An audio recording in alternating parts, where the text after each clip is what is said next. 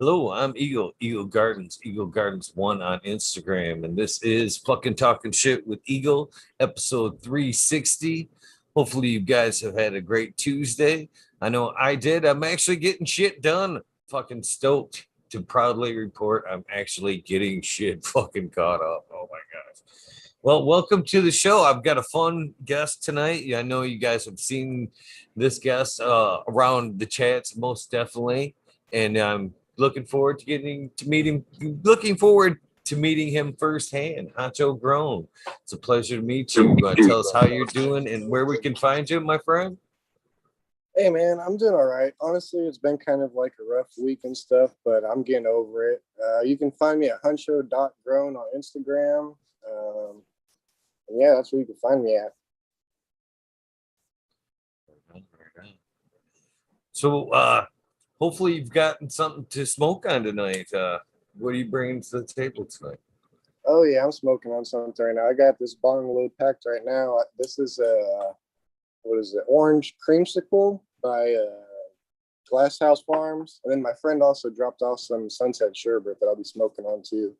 And I got a little bit of wax all the way over here. I might top some bowls, but I actually broke my banger, so I can't take any dabs, but I can top the bowl still. Yeah, it's always sucks. I can definitely feel your pain about breaking the glass there. It's one of the things I was said very hesitant about coming into the dab world because I knew my history with glass. And in the short year, fuck, it's only been not even 6 months since half the show I didn't even start fucking dabbing. It was just like once I was more smoking. Then I started dabbing, then two rigs so far. Two rigs and a couple of bangers already. It's like now Man, I know why. man, I've gone through so many rigs and so many bangers. It's not even funny, dude. But I mean, with the Chinese bangers, because that's normally what I buy. I buy like the cheap $15 Chinese glass bangers, but those are like literally hit and miss. Sometimes you'll buy one and they'll last forever, but sometimes you'll buy one and it'll crap out on you real quick just from heating it up or something, you know? It's like a 50-50 shot whether you get a good one or a bad one, depending how they made it that day. I have to agree with that 100% because I'm one there right there to you. Yeah, I break it so up, break glass so much, man. It's hard for me to really dedicate that good money to, a great piece. I think, to be honest with you, I don't even know if you can see it because of the background. You barely. This guy here is probably the most expensive piece that I've out of pocket. I out of pocketed that one, you know what I mean? And that was $100, and I think I only went that extra because I had like a $25 credit, and I was like, Yep. I totally 75 out agree. of pocket, maybe. All right. Yeah, man, same here. My budget's about like I'll spend 150, 175 tops on a piece of glass, but that's about it. Like I try to buy American made glass, but the main thing I look for is like thick glass that's not going to break if you hit it on something or something like that, you know. The thicker the piece, the better, I think. I need to get a fucking piece out of whatever they make this coffee cup out of, man. I just got one of these coffee cups, man. This thing took a fucking, good 28-inch drop from the fucking table the other day, bounced and almost went right back in my hand and fucking didn't break. I was like, man, Dude, that'd I be seen awesome that. to have a fucking piece out of that, something like that. I was watching. I think it was the wormhole that happened in, but I was watching it. I completely heard it. I was like, "Uh oh, he knocked over his rig. He broke something again." You're like, "Nope, I knocked over the coffee cup, but it's still good." That's for sure an endorsement for that guy right there, man. There it is, right there. And I still need one of those koozies, bro. You got to get me an Eagle Gardens koozie. We'll do that. Actually, things work. It's nice how things work out somehow. You know what I mean? Mm-hmm. I've always been one to barter, if you will, and I've always been a builder. I have a lot of off cannabis trades and whatnot. But I've been putting the bags back on, knocking out some side jobs just to push things along a little bit. And fucking I was in making getting some t-shirts and the cups made, and I noticed he had a foundation out there. You know what I mean? Had some shit he was fixing to expand, and I threw out, the olive branch there. So we've got it down to where I think we're gonna do some trading for all the merchandise that I want or need. So Yep. I mean, it's kind he of was funny. already trying to send me out that day because I come in, I was wanting to get some more cups and shit. Mhm. We make the deal, and I'm like, okay, I want X amount of these, X amount of those, and he's like, is that it? Is that it? And I'm like, hey man, don't in time, man, in time. Hell yeah, dude. Speaking of like the whole construction strapping on the bags, like today I was just working on cars again. Like I've always been into cars, racing cars, fixing cars. But today I was just doing the brakes like on my daily driver and the coil packs and stuff. But when you said strap on the bags, it reminds me because like a little while ago I was working for this Mexican dude. He like doesn't speak really any English. And I'm like in an area that's 90% Spanish. That's how I get the name Huncho. Because my name is Hunter, but it's hard for them to say Hunter. So they'll just say, "Oh, what's up, Huncho?" Like, "Oh, what's up, man?" But so this guy, he'll like buy me breakfast, he'll pay for my lunch, he pays me for the day at work. But we go to this house, like here in California, it's kind of ran by like the Asians, right? The whole weed growing stuff. People don't really talk about it much. It's kind of like a cartel. I'm pretty sure it's like the Vietnamese or the Cambodian, but I don't want to speak on that too much. But anyways, so I'm helping this guy. I'm a painter, right? So I'm painting houses, interior and exterior paint. I also do like flooring. I've helped him do roofing and stuff like that before, but mostly I'm just a painter. But he's like, "Hey, if you come help me on this job, this Iranian guy that's giving us the work, he said you could come, and he has a bunch of weed in the dumpster, right? So you can go scavenge through the dumpster and grab all the weed you want, but you just got to help me do the job." So I'm like, "All right, fuck yeah, dude, I'll come help you paint this. We'll get this done." So I get the painting done real quick on the interior of the house, and then I'm out there like the whole rest of the day, like 4 hours digging through the dumpster looking for this shit. I can't find it. It's like a bunch of grow lights, a bunch of random grow stuff. And even in the house, I should say the house was a complete grow like mansion. It's a 3-story house. Every single room in the house was a grow room. And the dude was living in the living room on the couch, but he had like the windows like drilled shut with bolts and stuff. Like you couldn't get in there. It was complete grow in every single room of the mansion. But anyways, I'm out there digging through the dumpster, and finally I rip into a bag, and it's like I could feel the sticks in the bag. So I thought it might have just been trim or something. So I ripped the bag open, and sure enough, I pull out this big old like nug on the stick, and I'm like, "Oh hell yeah, I just scored." So I pull out this big old dumpster bag, like this big black trash bag, and it's just filled with big old nugs. So I'm like, "Hell yeah!" We load that into his truck, and I was like, "Dude, this is awesome! I just scored all this weed. I got this job, and this shit's cool, dude." It was like real cool. That just reminded me. You said strapping on the bags. I kind of skipped way forward in my story, but when you said that, I was like, dude, yeah, I've done a whole lot of construction, painting, drywall, flooring, roofing, you name it, you know? There's nothing wrong with that. To be honest with you, that shit's becoming more and more of a higher paying trade, to be honest with you. There for a while, man, it was on more of the lower scale. You know what I mean? Yeah. Because you didn't have to go to school for it or whatever. It's something that you were taught by either learning the trade from on the job or skilled Yeah. trades in school or something like that. It wasn't a college degree, but these days are different, man. Fucking with Way different. computers and fuck, even more so nowadays with the fucking like free money floating around and shit, and no Yeah. shame of taking that free money, but it makes it's been making a lot of people lazy. So it's truth. The truth is true. And Yep. you know what I mean? So with that shit happening, man, the people that are willing to fucking show up and fucking nail some shit together are getting a much better wage because people want to sit at the desk. Or even so, I'm even kind of guilty too, or be in the garden. That's another thing too, man. I hear a lot of anymore. It's hard to find good help, and I can't wonder if cannabis doesn't have a lot to do with it, both in consumption or in just the trade itself. People trying to find work as either trimmers or what I mean. That's Yeah. kind of one of the reasons I switched over to the caregiver. I did my own business for a while, and I didn't want to fucking the rest of my life. You know what I mean? It was anywhere from 8 to 12 hours a day You come home, you got that fucking wind down period. You know what I mean? You got to come home, smoke a couple joints, sit around for an hour and a half. After that, you're feeling like getting up and doing something around the house, maybe cooking something. You know what I mean? Yeah, it's a Long fucking full-time job, days, man. man. And then we're talking about pain on top of that, you know, I mean, throwing around sheets or lumber, or even setting cabinets up on the wall. It can be physically tough.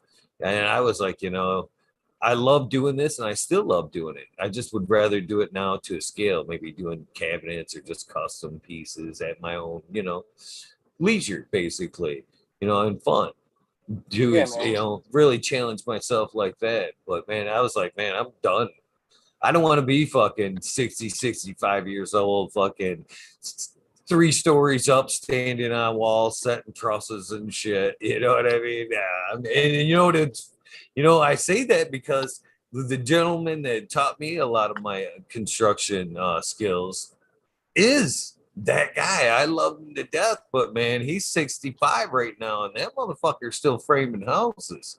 And he'll look you dead in the eye, and he'll be like, "Man, if I stop right now, I know I'm done." And that's a lot of things, man. You get into that rut, that type of work, man. You go and Yep. try to fucking retire and shit. Your body just locks up because it's used to that abuse. Dude, the guy I was working for, he's like a 55-year-old guy that literally doesn't speak like any English, and I'm kind of bilingual because I've just been around Mexicans my whole life, so I can speak Spanish. So I'm able to communicate with him, and I was like driving for him because he's an illegal immigrant, and we literally got to pass like a border patrol checkpoint to get to our work. So I'm like the driver trying to look all low key, passing by to get to the job site and shit, and he's just kind of using me. But I was like a young 19-year-old kid, and he's paying me like 150, $200 for the day. So I'm like, dude, you're buying me lunch, I'm getting free weed, and you're paying me $200 a day. I'm cool with that. But I've just had a crazy life, dude. Like since I was a kid, I've always been around people that were like way older than me, just getting into trouble and shit like that. Like I've been hearing what was it, Gus Grove's story, and Red Pill. Like, dude, I can relate to those guys so much. They're more like my generation. But when I heard those guys' story, I was like, dude, that's like exactly the same as my story right there.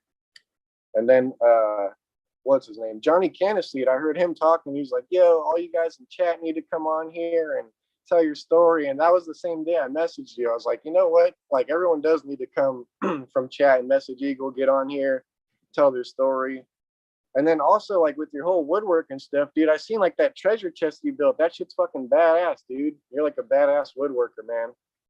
You should like literally just keep doing that. And I get how it gets tiring because I'm tired of this shit too. Like working on people's houses, working on cars. Today I just did my brakes and my coil packs on my car. And I'm like, dude, I'm only 24 and I'm too fucking old to be doing this shit already. My back's fucked up. I'm fucked up.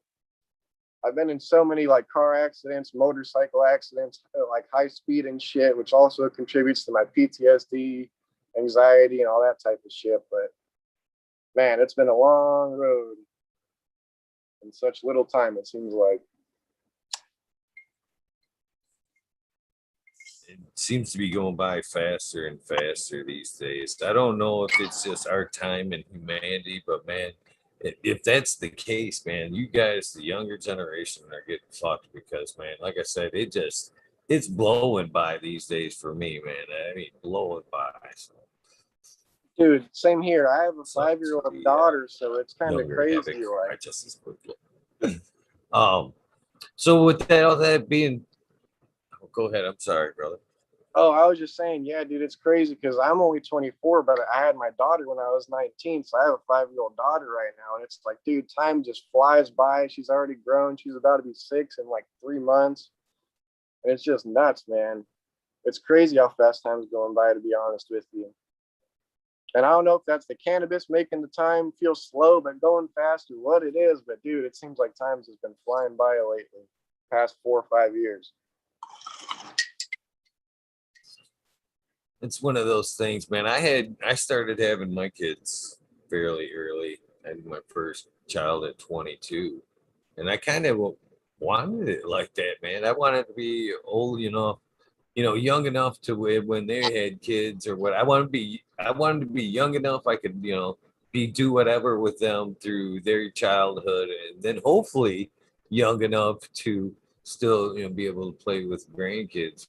You know what I mean? When they're Exactly, man. you know. Like with my daughter, because she's 5'6", so she's all into gymnastics and running around, playing with bubbles, doing soccer, all kinds of stuff. And I'm still young, so I'm still able to run around with her. Like I'll try to do a cartwheel even though I'm all fucked up, and she'll just laugh at me like, "Oh, you're pathetic at doing cartwheels and stuff." But it's just fun to be out there with her, running around, still being able to be young and out there with her. I couldn't imagine doing that if I was like 40, 50 years old. Like my mom had me when she was real old. And that's a whole another thing, dude. Like my mom, she used a lot of meth back in the day. She's clean now and she's been clean for like 20, 30 years. But like, It's dude, my awesome. mom was basically like schizophrenic as I was growing up. Like she'd hear voices and see stuff. And as a young kid, you don't like, it's hard to comprehend, you know what I'm saying? But Oh, honestly, unfortunately, I can relate. I didn't my it wasn't meth, but I sure did see drugs at an early age, and oh yeah. so it definitely scared me away from a lot of that bullshit. Yeah. Yep. Yeah, I've heard about like your mom and the opioids and stuff, man. I'm really sorry to hear that because I was hooked on opioids for a while too. And I guess I'm kind of skipping ahead in my story, but that's all right. So I'll get to when I got arrested, right? So basically, I started getting arrested when I worked at AutoZone. I was working at the auto parts store, AutoZone, and things were going good. They were about to make me the assistant manager. My assistant manager was about to leave and become like a phlebotomist or something. But well, I was basically up to no good. I've done a lot of bad things. I've hurt a lot of good people and stuff, but I try to change it. Basically, I was like selling parts under the table to my friends and stuff. So say they needed like a brake set or whatever they need, I'll just sell it to them for real cheap. So instead of paying like 150 bucks for the full set of brakes all around, I charge them like 75 bucks and just pocket the money and pretend to scan their card or something, right? So my manager catches on to it, and sooner than later I get caught up. So then they call me into the back and they call me with the assistant manager and this other guy and like, hey, we noticed, we seen you on camera, you've been doing some sketchy shit and this and that. So basically that day I get charged with embezzlement. So I was basically arrested on that day, which it counted as an arrest, but I just had to show up in court. They didn't actually take me to jail. So time goes on, I go to the court and they just sentence me to basically a whole bunch of community service, like weeks and weeks and weeks and weeks of community service. So I get all that shit done. And I basically got like sick as hell from doing the community service too, because they had me like in the sewer pulling weeds out of the fucking sewer. And I got like the hand, foot, and mouth disease, which is like the new age fucking chicken pox or some shit. And yeah, that was a nightmare. But anyways, after that, I'm done with that. And then I keep fucking up. This is when I got hooked on the opioids, right? So one day I was hanging with some friends of mine who I thought were good friends, and I'm getting fucking high. I'm smoking weed. I'm smoking wax. I gave my friends my weed and my wax, and I'm popping Xanax too. So I popped about 4 or 5 Xanax, and they're like, hey, let's go get some beers. So my dumb ass, I'm like, all right, yeah, let's go get some beers. Let's drink. So anyone that does pills knows that you should not mix fucking Xanax with alcohol. And I did that. So next thing I know, one of my friends is like, all right, I'm going to go home. I'm going to go do my laundry or something. And my other roommate's like, yeah, I'll go home too. We'll go to the beach later on. So I'm like, cool. And my friend had my weed and my wax in his pocket. So he pretty much robbed my wax, but not really. He just had it on him and went home. So I eventually wake up out of like kind of like a Xanax coma. And I'm like, oh shit, where am I? What's going on? And the first thing I do is I'm like, oh, where's my weed? And I felt my pockets. I'm like, oh shit, there's no weed in my pockets. I checked my car, there's no weed, but my bong is there. So my first instinct is, all right, I got my med card. I'm gonna go to the dispensary. Well, on the way to the dispensary, I crashed into like 2 buildings, 4 cars, like with people in the car, like literally hit and run, 4 people. And then when I get to the dispensary, I made like a U-turn, crashed, turned around and turned and crashed right into the dispensary, walked into the dispensary and bought weed. And when I walked out, the cops were already there to arrest me. So luckily, well, I probably hurt some people, but nobody actually died or anything, luckily. But I didn't even know what happened. I just woke up the next day and I was in jail and I hit the buzzer. There's like a buzzer in the jail in the waiting cell or the holding cell. I'm hitting the buzzer, and the cop's like, "What the fuck do you want?" I'm like, "Dude, I don't remember what happened. What am I in here for?" So you don't remember? You crashed into a bunch of shit. You ran from me. You evaded the police, and then you end up going to the dispensary and all this crazy shit. And I'm like, "Ah, fuck, I'm doomed, dude." So now I'm in jail, and that was jail is what got me straight, to be honest with you. Like before then, I was running wild. I thought I was the shit. No one could stop me. You know, I had the mother of my child. I had graduated high school. I had a job, a motorcycle, a car. I was living life. You know, nothing could stop me. I'm the man. But then I go to jail and I realize, fuck, I'm not the man anymore. You know, there's some big motherfuckers in here running this shit. So you learn real quick in there. But it honestly taught me like a real lesson in how to be a man, you know, like what you have to do. Because before then, I never knew what it was to be a man, how to be respectful to other people, how to do stuff like that. And I'm still kind of institutionalized. It gets frustrating out here in the like real world dealing with people sometimes. Like people will disrespect you, and I'm like, fuck, why is this guy disrespecting me? But it's like, well, he doesn't know better. You know, he's never been checked. He's never been punched in the mouth before. You know what I'm saying? But that's just me skipping way ahead. That's just one story. That's a pretty crazy story, my friend. And fucking pharmaceutical drugs, man. It seemed like, and again, I'm not justifying anything you said or did, but they, you know, that what you just said was classic side effect of Xanax, from what I've heard. Yep. You know what I mean? And I've actually watched a friend Xanax take a friend of mine that I used to frame with way back in the day. Fucking that cat when I met him, fucking was holding on to like 3 paychecks ahead. You know what I mean? Had all of his bills paid up, fucking on top of shit. Fucking met some chick, fucking she started fucking try this. Fucking he fucking eventually got him taking fucking Xanax. And at an alarming rate, I watched that cat just skid right Yep. down, fucking That's what lost happened. every fucking thing, lost his house. It was, and you know, I looked him up like about 2 years ago, and man, it was even worse. You know what I mean? At one point, I had seen him, and he was on the upswing, and that's why I stopped back by. I was hoping that last time I'd seen him, everything was on the upswing, and that's what I was gonna hopefully see. But man, when I showed up, man, it was crushing because it was sad to see such an awesome guy just skid so far down. You know what I mean? And yeah, Mhm. it's tough to watch as a friend to see that happen. To be honest with you. Yeah, man, I totally get that. That's like, it's a pity, you know, to see someone that you care about just go down that road of the opioids and stuff. Because, dude, it ruins your life. It just turns whoever's taking them into a zombie, you know?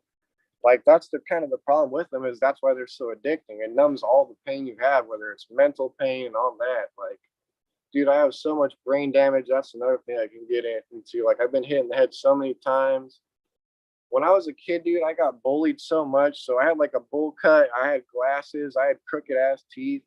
So like no one wanted to be my friend and shit. Everyone would always bully me. But then like around fifth or sixth grade, I got into boxing, right? So people used to beat the fuck out of me. They used to chase me, throw rocks at me and shit. And I was just sick of it. So I told my stepdad, like, yo, could you put me in boxing? He's like, yeah, we'll put you in boxing. I was like, all right, cool. So finally I learned boxing and I started getting better at fighting.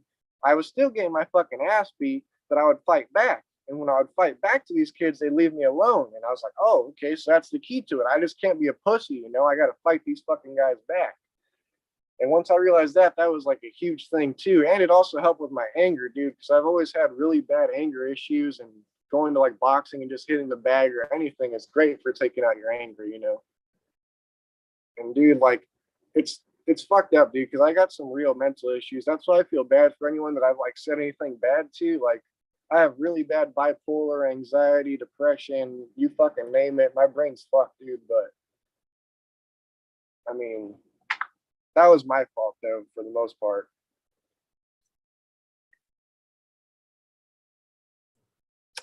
So when we keep bouncing around, I guess we might as well kind of fucking jump to the start and get her back get her going.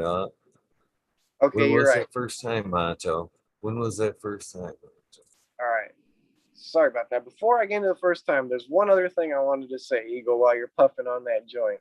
This is why you're the man, dude. So every other show I've been on, it's a cannabis show, but no one's smoking weed. I'm the only one smoking on there, dude. Every time I've watched your show, literally, I'm usually not up that late, so I watch it the next morning. I've seen like probably every rabbit hole, wormhole, Eagle episode from like episode 35 on. But dude, you're always smoking a joint, you know? Or you're smoking a joint, you're taking a dab, you're doing something. It's like, dude, this guy's a real ass dude. Like you could tell cannabis has helped you and that you're just a real cannabis enthusiast. You know, you're a real weed nerd, bro. Whenever I see you're smoking something, you're smoking a joint right now. You got some hash in there or what?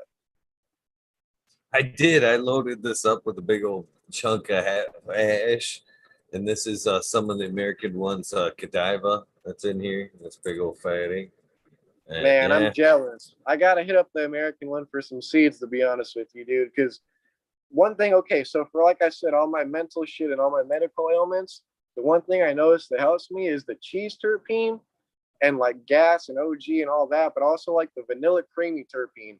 But I heard you talking about his Godiva and I think his Amiasis is saying it had a cheesy terpene. I was like, dude, I need to hit up the American one for some of that. But okay, so yeah, we'll get into the start of cannabis, right?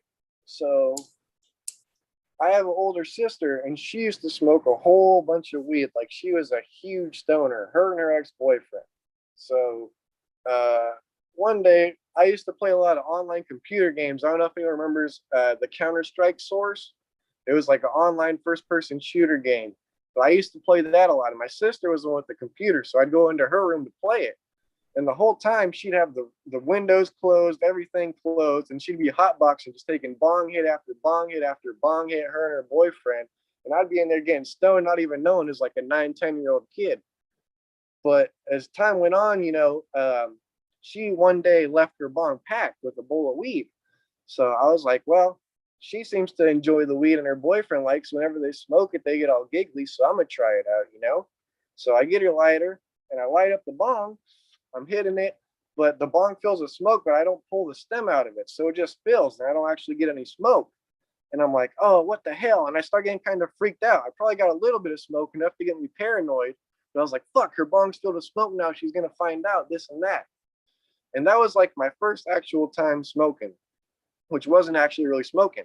Now, my first time actually smoking, I would say, was later in the future when I was about 12 or 13. I used to BMX and skateboard a lot, but I was with a bunch of my BMXer friends and they smoked weed already. They were a little bit older than me. You know, I was kind of new to it. You know, I was kind of against it. I didn't really care for weed after that one time and it didn't do anything for me. I was like, what's the point of this stuff? But they're like, all right, let's go to the railroad tracks and smoke weed. And just due to because of who my mom is and stuff, and because they know me, they're like, oh, they usually never offered it to me. I was too young. But one day we go back there and they were smoking weed off of like a can. You know, they bent the can and poked the holes in it, and they're smoking weed off the can. And then eventually, after like 3 people hit it, the bowl was pretty much already ashed. But they're like, hey, Hunter, you want to hit it? And I was like, yeah, fuck it, I'll hit it. So I hit the ash on the can. And I was like, damn, that's crazy. And for like once in my life, I felt normal. My whole life, I always felt different, like an outcast or like something was wrong with me. I'm not social enough or whatever it is. But when I hit that weed, I was like, dude, I feel normal. Like things, colors are brighter, everything feels different. And that was kind of the first time I got weed, or not first time I got weed. Sorry, I'm fucking stoned. The first time I got high. But after that, another time though, another, I guess, first time I got high would be I was probably 14, 15 years old, but there was this kid and his mom would pay him in weed. His mom grew weed. She's like a single mother that grew pot at her house. And she would literally pay this 14, 15-year-old kid in bags of weed to do chores around the house. So this kid's doing his chores and he's getting like some high grade homegrown weed from his mom. And one day he brings it over with a bubbler and he's like, oh, all right, yeah, we're going to smoke weed over here at the homie's house. So we smoked weed behind this like little trailer.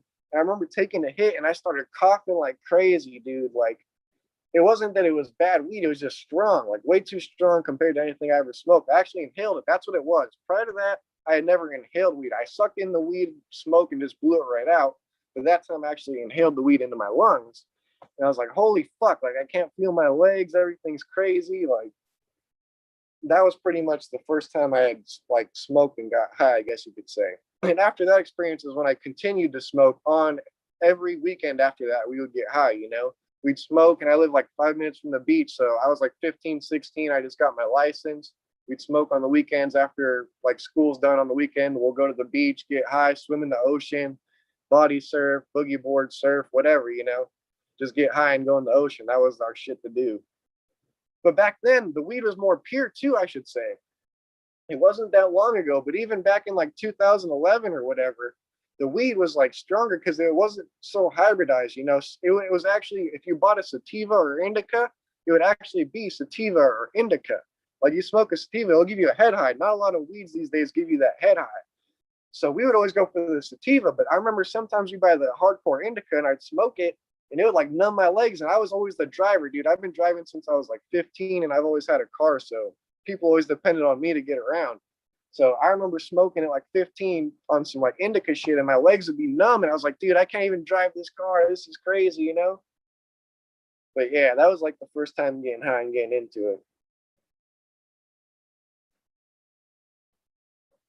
It's one of the fucking things I love about cannabis, though, is you can moderate it.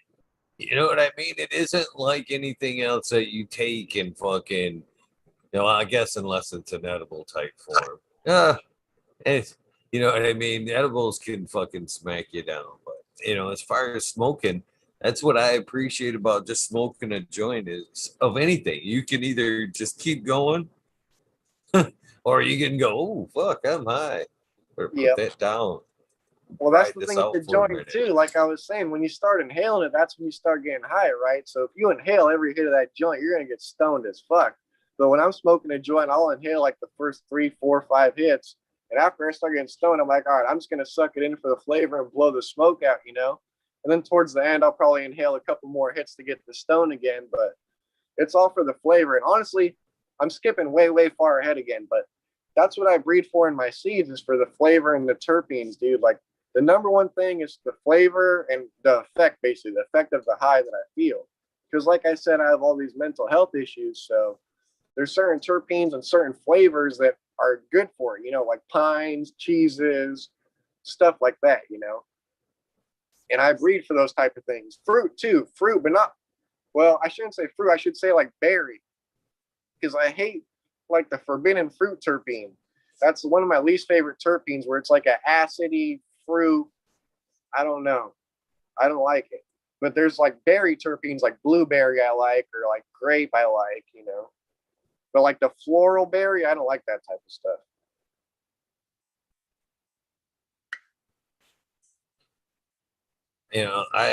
For me, as far as the fruits go, I'm not a fan. The orange tastes good, but I'm not a fan of the orange. It's I don't know what it is. It's just not there for me. It's the endocannabinoid system. You know, every human has an endocannabinoid system, but the cannabinoids work different. Like you might be deficient in certain things compared to others. And weed really works as like an aromatherapy, right? So there's lots of aromatherapies. Like if you smell lime, it might make you energized, right? Or if you smell lavender, it might put you to sleep. That's an aromatherapy. But when you smoke cannabis, it's the same thing. You're getting those terpenes, and it'll give you the aromatherapy depending on the terpene. That's why you could smoke high terpene CBD flower and still kind of get stoned per se. But I mean, yeah, it all just depends on the endocannabinoid system. Different strains work for different people. What I like is definitely not what other people are going to like, and that's for sure. Like anything I say, I don't recommend to other people. To be honest with you, it works for me, but it might not work for you. And I'm not a scientist. I'm not a professional. None of that. I'm not trying to sell anyone anything. That's the number one thing I hate is people trying to make a quick dollar off of people in the cannabis industry, you know? Like it's so easy to make a fucking nutrient or whatever it is and just make money off of it. And that's why I respect you too, dude, because you just like make the t-shirts, you print them up, everything you do, you're not asking for any money, you know? And that's what it's all about, honestly, in this cannabis community. Yeah, I do it because I love it, and that's that's the other thing too, man.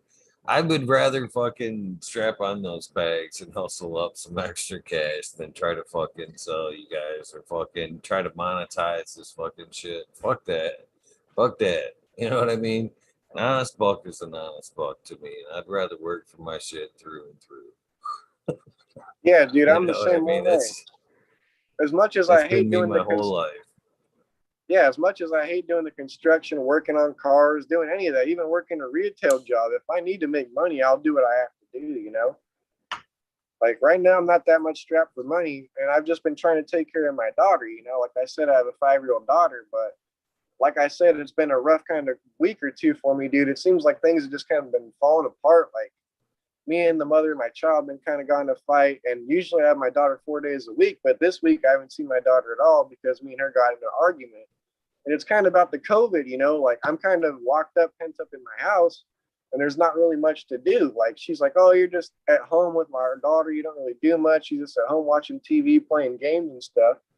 But I'm like, dude, she's like doing gymnastics, doing cartwheels. I take her to the park. We're running around, playing soccer, doing all kinds of shit. But it's like not enough. You know, we got an argument because of that. So now I'm not able to see her right now. But dude, it's been way worse. I got to backtrack in my story a bit, I guess, to get into all that.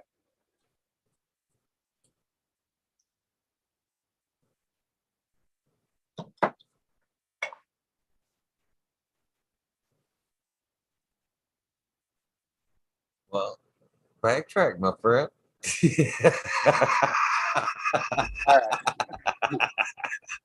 So yeah, okay. So I told you guys I was getting bullied as a middle school or elementary school kid, right? So I had crooked teeth. Okay, so this is how I relate to red pill too. I have like a semi-detached retina, right, in my eye. So I'm wearing contacts right now, or else I wouldn't be able to see shit. And I have glaucoma as well. But if I'm not wearing my contacts, dude, my eye will cross real bad. And even right now, because I'm like fucking high, my eye will probably still cross. But I'm like a cockeyed motherfucker. So, but anyways, yeah, that's besides the point anyway. So people used to bully me for all kinds of shit through middle school, elementary school. And then coming into 8th grade, I finally got contacts and braces, right? So people started treating me different. So I started boxing. I'm starting to kick some people's ass. People aren't bullying me. Girls are starting to like me. That's the main thing I'm getting at right now, right? So now girls are finally starting to like me for my first time in life. I'm in my 9th grade of high school. And I get my first girlfriend, yada, yada, yada. Time goes by. I'm like a class clown and I become like one of the most popular kids in 9th grade. But because of that, I was getting suspended literally every week. Like I'd come to school and then I get suspended. A week later, I come back to school. I get suspended the same day, and it was like useless. At one point, I just became like the principal's assistant because I was in the principal's office so much. But anyways, so after that, then I go to 10th grade, and things start to change for me. So then I wasn't the cool kid anymore. Now I'm back to being like the nerdy, kind of not so cool kid. I mean, I'm still getting laid, I'm still getting girls and stuff, but shit's changed for me. And I make all these new friends. And this is really when I start getting into pot. I started smoking it every weekend, like I was saying. I was about 14, 15. So I'm 10th grade, high school, this and that. Um, so girls are starting to like me, basically. That's what I'm getting at. 11th grade, I meet the mother of my child. So everything is good with that. Things go on. Uh, she doesn't like that I smoke pot, though. So I kind of hid from her that I smoke weed. So this whole time I'm smoking weed and all this stuff. And eventually she leaves me for another dude. And this dude happens to be in the military. So now my daughter's about 3 or 4 months old when she leaves me, right? So I stuck around the whole pregnancy and after my daughter's born.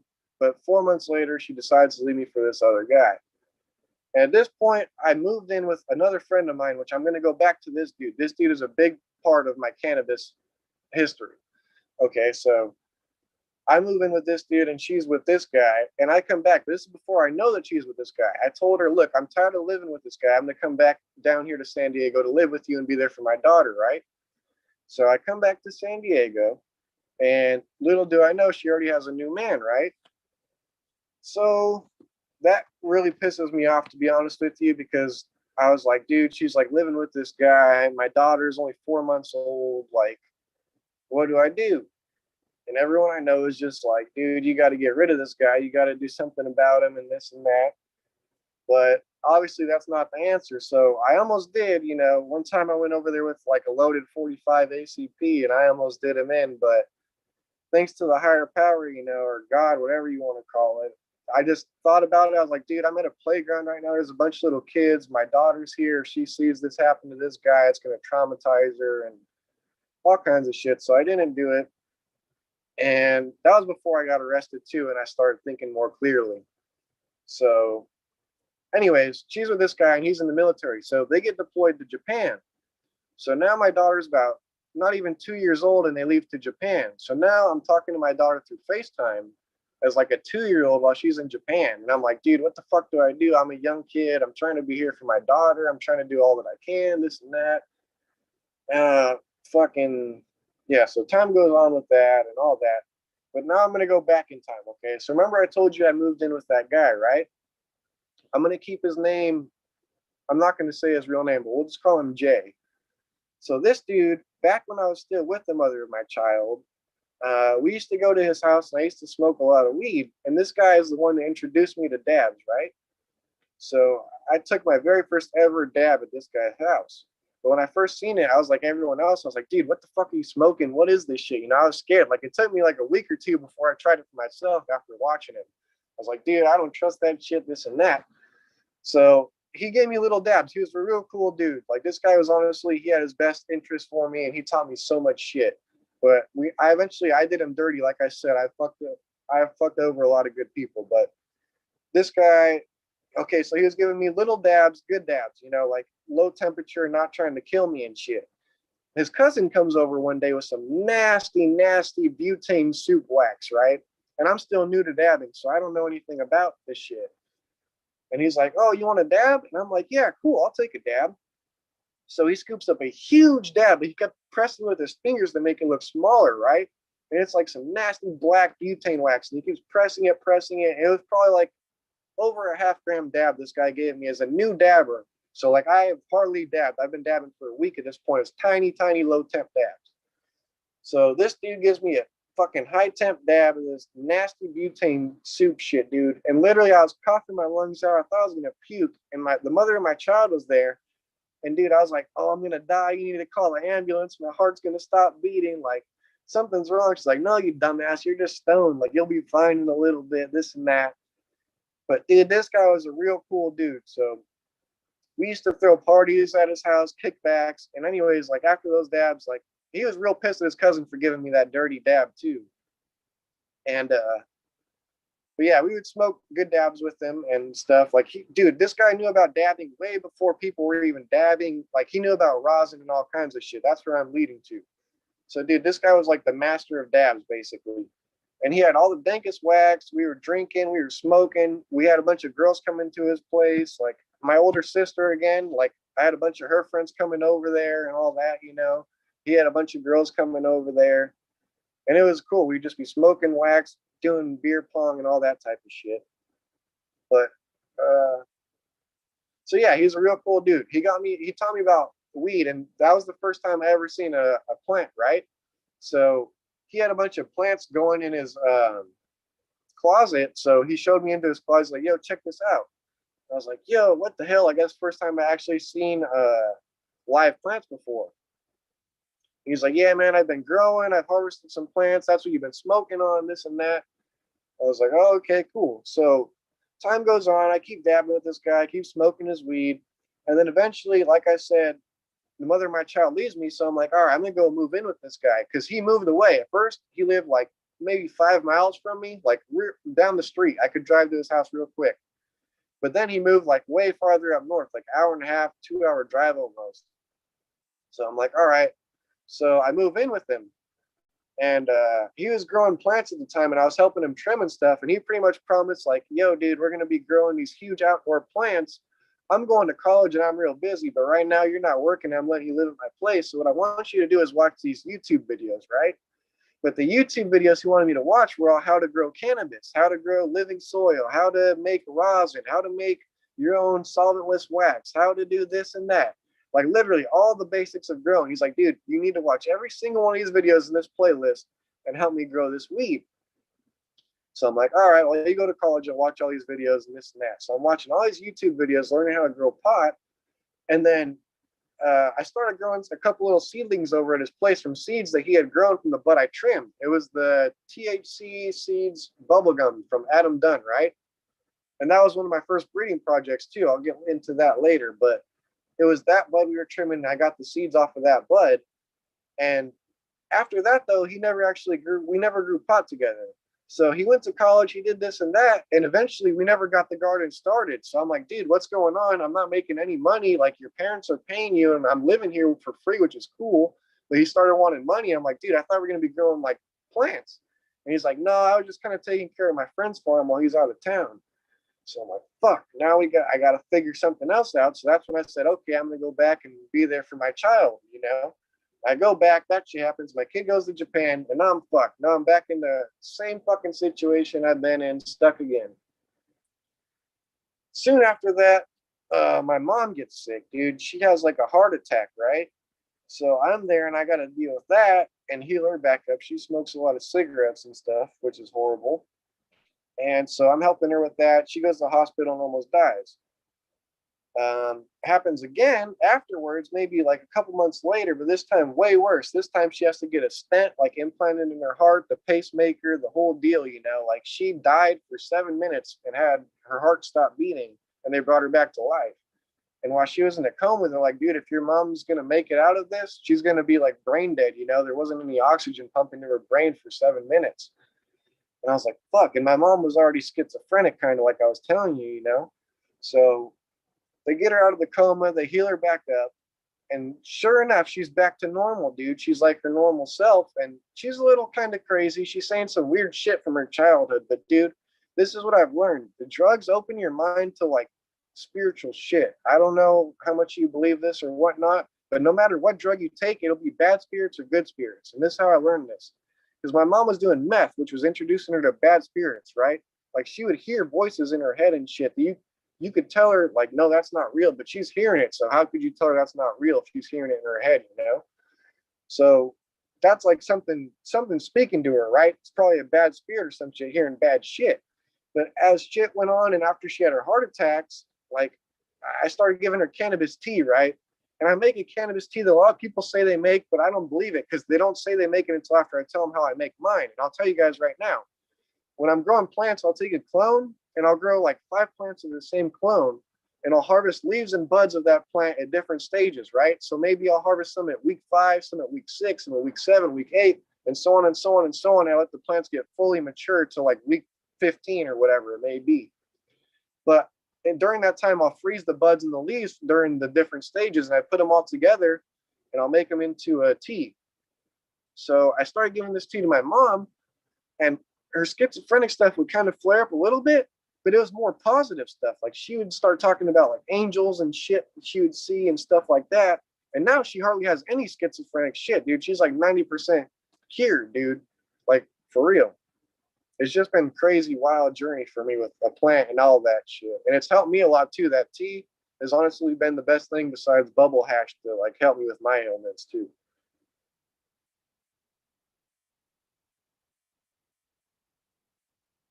Sorry if I'm Sorry like about that. rambling too much or going too deep on that. Not even, my friend, not even. This is what you're supposed to do on the spotlight episodes. It's been a crazy journey, but an awesome story so far, my friend.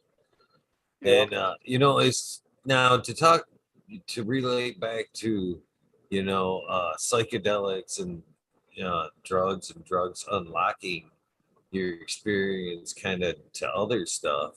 Yeah, that's what I I should have do I said. do believe that. Psychedelic, not drugs. Sorry. Drugs like a derogatory term. I should have said more or less psychedelics. But some drugs can be derogatory too, you know, like the hard drugs like meth and heroin and prescription pills, obviously. Thank goodness I don't have a lot of no experience with that, just psychedelics and Me either, cannabis. dude. Well, But besides prescription pills, but yeah, I I beat I've had a that. rough road with that. Not in a rough road that in a sense that it's more of a battle because I've seen what it's done to my mother, tons of friends.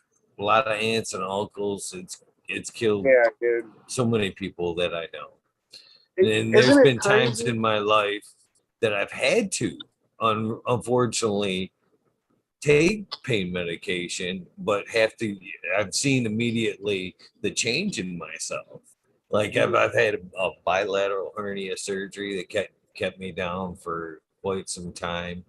And this is this is how bad you told me how bad people how drugs can make you do things that you don't want to do. This is a bit terrible story right here, but it's a true story, and it's a perfect example of how pharmaceutical drugs can take you so far away from the person that you are. You know what I mean? And that was when I had that bilateral hernia surgery there, and that was one of the times that I actually did need some medication. And honestly enough, it worked out to be such a shitty point in my life. I ended up having to. I'll tell the story. Fuck it. No, I won't. It's your story. Go ahead, bro. Anyways, Tell your story. I uh, want to hear it, to be honest with you, dude. I always want to hear more about you. Like I said, I've been watching you for such a long time, dude. Honestly, it's an 30. honor. It's an honor to be here with you, dude. You're like a legend to me, to be honest. Like I was watching Subcool and stuff too, but it was towards the end of his life, where he was like a little bit more negative. But the crazy thing about that was he was always cool with me. Whenever I had a question, he'd answer me with respect. And it's kind of weird because that's how I am, dude. I'm hated by like a lot of people in the cannabis community. A lot of people talk shit on me, dude. But honestly, if they hung out with me for like 10, 20 minutes and we smoked a joint or something, they'll be cool with me for sure. But it's crazy, man. But like, dude, you're like you said, I know you don't like being compared to Subcool as the new Subcool. You're the Eagle, dude. You're different than that. You're different than Subcool, but you're carrying it on, dude. And there's so many days where I've just wanted to give up. And like I watch the show or the wormhole and I hear other people's struggles and how they overcome their struggles, and it helps me keep going.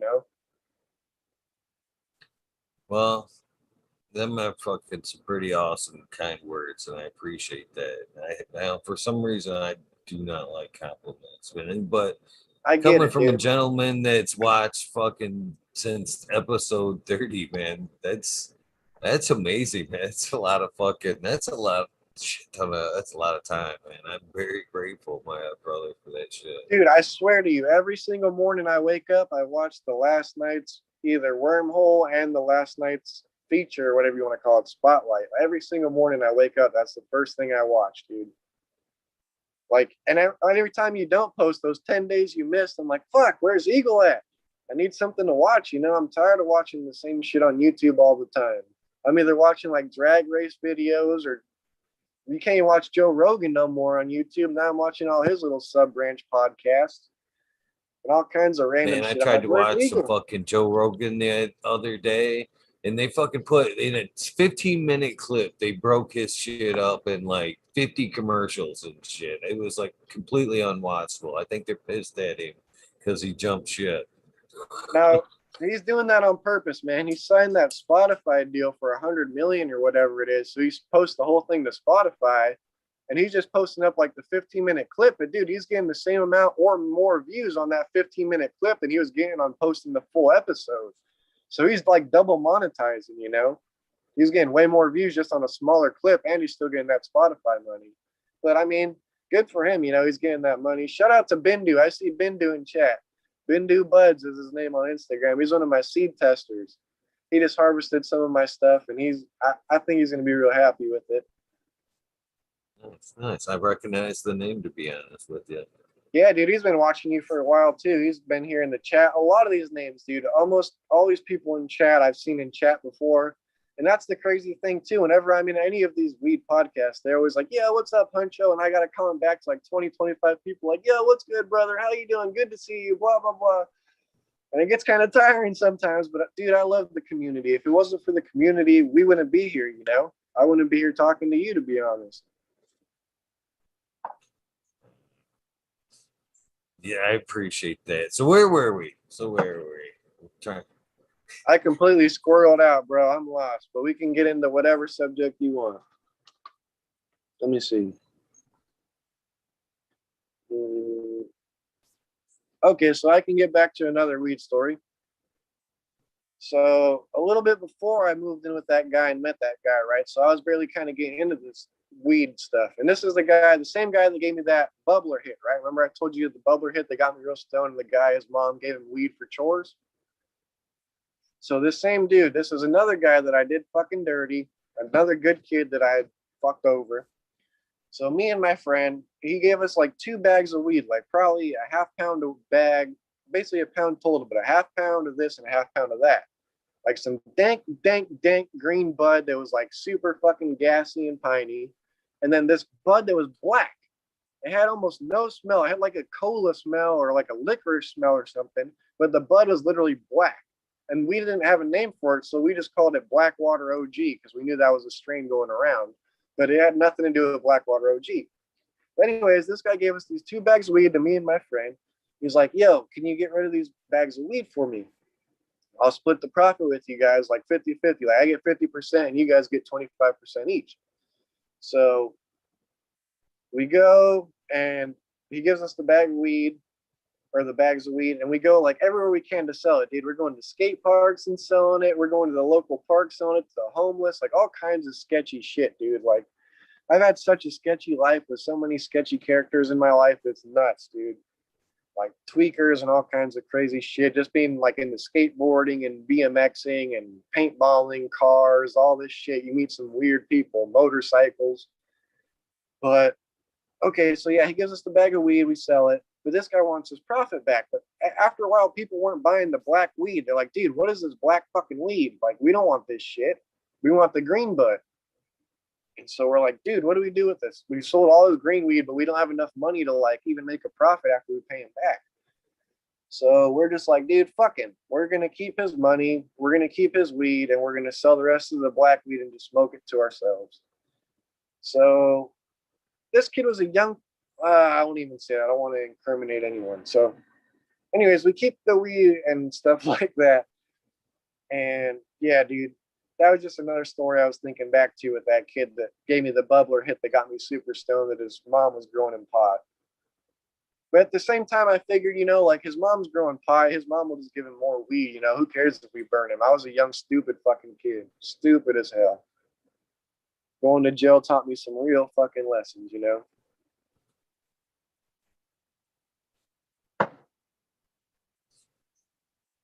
Well, it's fucking life is fucking crazy. You know what I mean? I actually have had a crazy life myself, super crazy.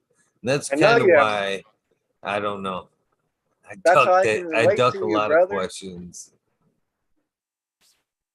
So I purposely sidestepped the story. So if you want to hear it, I'll tell it. It sucks.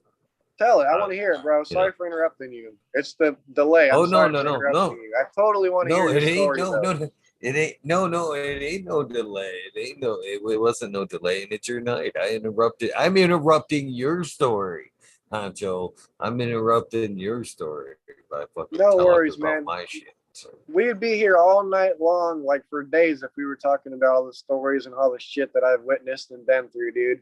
But yeah, go ahead, tell your story. I want to hear it. this is just again, I have a tough stance against pharmaceutical drugs because of what I've seen it firsthand, just to rip apart my family, my friends, either in later life. Cannabis, I owe cannabis so much. But this is how bad it can twist a person from their original personality. Actually, I'm 24 years old at this point, and I hardly ever put ages with shit. But I'm 24 years old. I'm a tree surgeon at the time, and so physical labor again. But I actually loved cutting trees. Was one of my favorite jobs, to be honest with you. I've let cannabis kind of lead the way too on my job careers. If I had to take that drug test, I didn't want it, and I take on things I learn very easily. So, it isn't a thing to kind of switch up if I need to. But at this point, I'm climbing trees and I'm cutting down trees, and it's fun career. I loved it. being in a different spot. What I loved about that shit was you're in a different spot every day, multiple times a day. And Yeah, once I'm you got sorry to up in interrupt that you, tree, but can some of I the shit interrupt you you real quick, seen, Eagle? hell yeah, hell yeah. Dude, what you were just saying about how you love the tree trimming and all that, dude, there's no better job than doing that type of stuff. Like, right, where you're always going to a new place every time and it's something different. Like, any job that I've had, I'm going to get back into this now. I wrote this down. Like, all the bullshit fucking jobs I've had, dude. But there's nothing better than like working for some guy doing construction or tree trimming or whatever it is, where you're always going to a new place. You know, you're going to a new house, a new tree. It's not the same fucking thing over and over, same 9 to 5. Aren't those the best fucking jobs? Oh, for sure. Unfortunately, this one fucking took myself out of that job because it was one of the ones too where the injury took. It was like even though I worked through it until I was healed up, it came to a Oh, point where after just heal up, it was like, you know what, I can't, I'm too young for this type. And they told me that. I guess I'm going too fast. So I fucking get hurt. Fucking, this is way too long of a story. I get hurt go in a ahead. fucking, basically a fucking pissing contest, which that type of crew does, I guess. And basically, Yep, it's I this already this know. day. It's an ironwood tree. I've been up, I got up, I fucking cut that thing down. It's all laying on the ground. We've cut it up. Now it's time to put this thing in the truck. And get down to the butt log of it all, where the sappier, the fucking heavy shit's at. And there's the guy that's driving the chipper truck. It's loading up logs, and we're each one of us grabbing logs, throwing it in the truck. He grabs this one, and he fucking struggles with it and can barely get it in the truck. And I kind of come over and basically tip it over for him, get it in the truck, look at him. He's a big guy too. We're much bigger than I was. But I'm spry like that. But fucking so I look right at him and go, pussy. Fucking pussy. Oh yeah, you think you can do that? Yeah, I fucking think I can do that. I've been fucking humping this shit all fucking day. Fuck you. I get up in the truck and I kick that bitch right back out of the truck. Boom. So I get out, fucking grab that motherfucker, and I struggle to about the point where I had to fucking get him with fucking a hand. And I fucking drop it. I could feel that shit as soon as I did too. I was like, ah.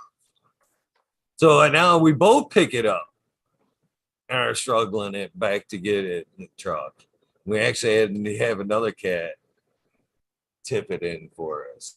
But what that ended up to was a fucking bilateral hernia. So I go in and get checked. They're like, oh man, you've got rips on each side. We're going to go in. Fucking, you're going to have a little 1 inch incision on each side. No biggie. Be back to work. So I wake up from surgery. Fast forward, I wake up from surgery. I've got a smiley face from hip to fucking hip. They tell me you are way worse for your age and what this injury. You're way worse than we even thought was going on. So they end up putting a fucking stainless steel mesh from hip to hip. And I was like, that shit fucking was rough. So fast forward now to the pharmaceutical bullshit of it. I'm home day one on the couch, and my mother and her boyfriend at the time, which are both very heavy into pharmaceutical drugs, stop by, see me, and notice I've got full scripts sitting on the counter in the kitchen and can't get off the counter. And well, basically, when I'm not looking, go in there and swipe all my meds. And that's how tight can take somebody, even to her own son. I mean, I know her off drugs wouldn't have never fucking done that shit. Her and him high on drugs. You know what I mean? To steal from her own son, to look back, I'm sure fucking crushed her to fucking have to come to that realization. Eagle, can I say something real quick again? I'm sorry to interrupt you. Yeah. with your mom and the whole opioid stuff, dude, I heard you talking the other day and how you were feeling kind of guilty about it, like not letting her see your daughter and stuff. But dude, like honestly, if your mom was here and she was able to talk about you, dude, she would be she loves you no matter what, dude. If you think about your kids, dude, which you anything your kids do, no matter what they do, no matter what wrong they do, you always love your kids, right? So no matter what bad state your mom was in, dude, she always loved you, bro. Even though it's hard for her, like it's hard for me, dude. It's hard for all of us in life. It's hard for us to express our feelings, to say what's going on. And sometimes drugs are the easy answer, you know? And it seems that way. When you take the drugs, your problems seem to fade away, but you don't realize all the health consequences. Like, dude, I just got back into drinking recently. Like, I've been sober from drinking alcohol for so long, but just the stress that's been going on in my life with the mother of my child and not being able to see my daughter and shit. It's like, dude, I just need something to help me. I can't go back to the prescription pills, but sometimes the cannabis isn't enough. I'm not smoking my own cannabis right now, which is the problem too. Like I said, I'm smoking this glass house dispensary fucking bullshit, dry fucking weed, which it's honestly, it's actually pretty good weed. Those guys are actually really good. I shouldn't talk shit on them because their weed is actually fresh and it's pretty fucking good. Like this was, let me see here. Yeah, this was packaged on 1/20/2021. So that's not that long ago, I guess. It was this year at least. Some of the weed I see at the dispensary was packaged like, dude, 2019, early 2020. And it's like, what the fuck is this shit? Like, all that weed should be sent back to the grower, whoever Glasshouse is, whoever has this weed shit. Because I seen their Instagram too. They say they harvest weed every single day.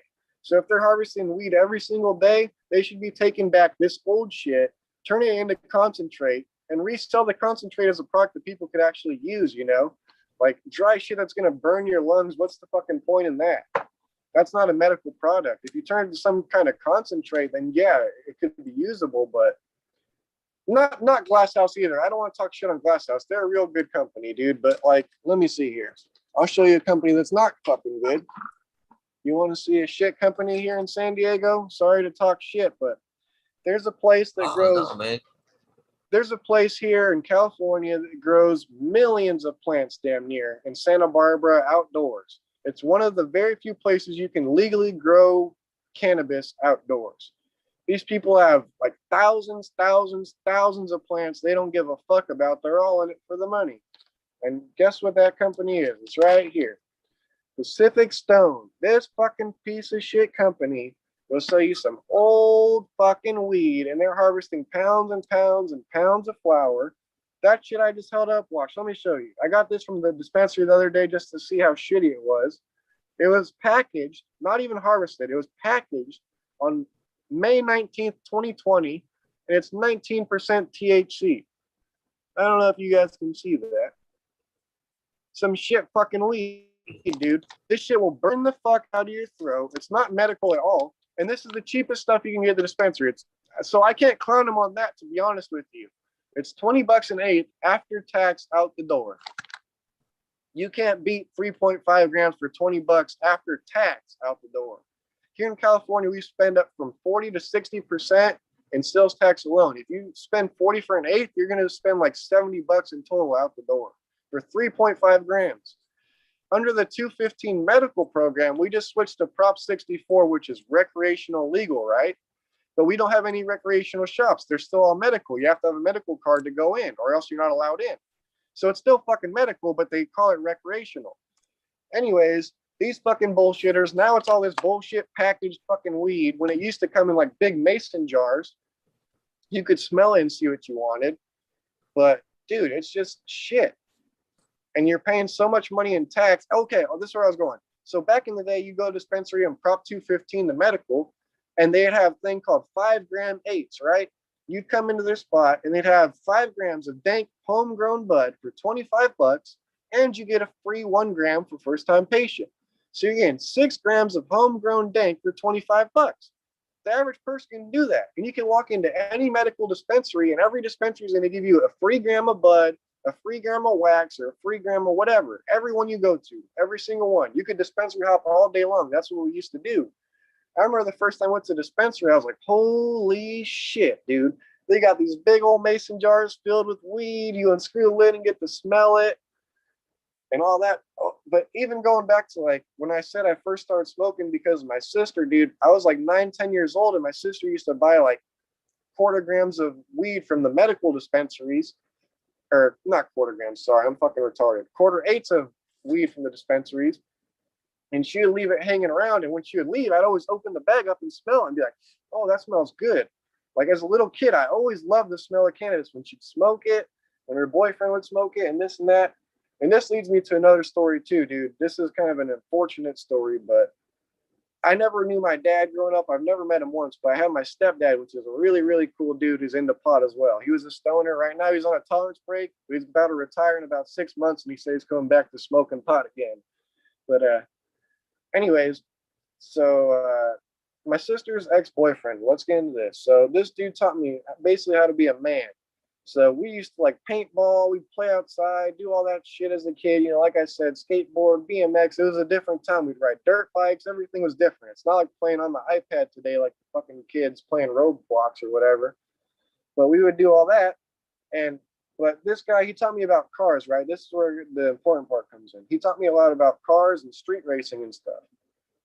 I admired this guy, dude. I remember I was 12 years old, and I was I was at a summer school, and he picked me up from summer school. So he comes in his little Honda Del Sol convertible, stick shift. He picks me up, and he's sitting in the passenger seat. And he's like, okay, you got to drive this car home. You know, I'm like, dude, I can't drive a car, let alone I can't drive stick shift. He's like, well, too bad. You got to drive us home. So I'm like, shit. So I stalled the car like a million fucking times, but I finally ended up getting us home after like burning the clutch out on it. And that's how I first got into cars. But dude, this dude, he ended up in a bad accident. Basically, he was street racing someone in one of the cars he built, and he crashed into a tree, and his car burst into flames, and he pretty much burst into flames.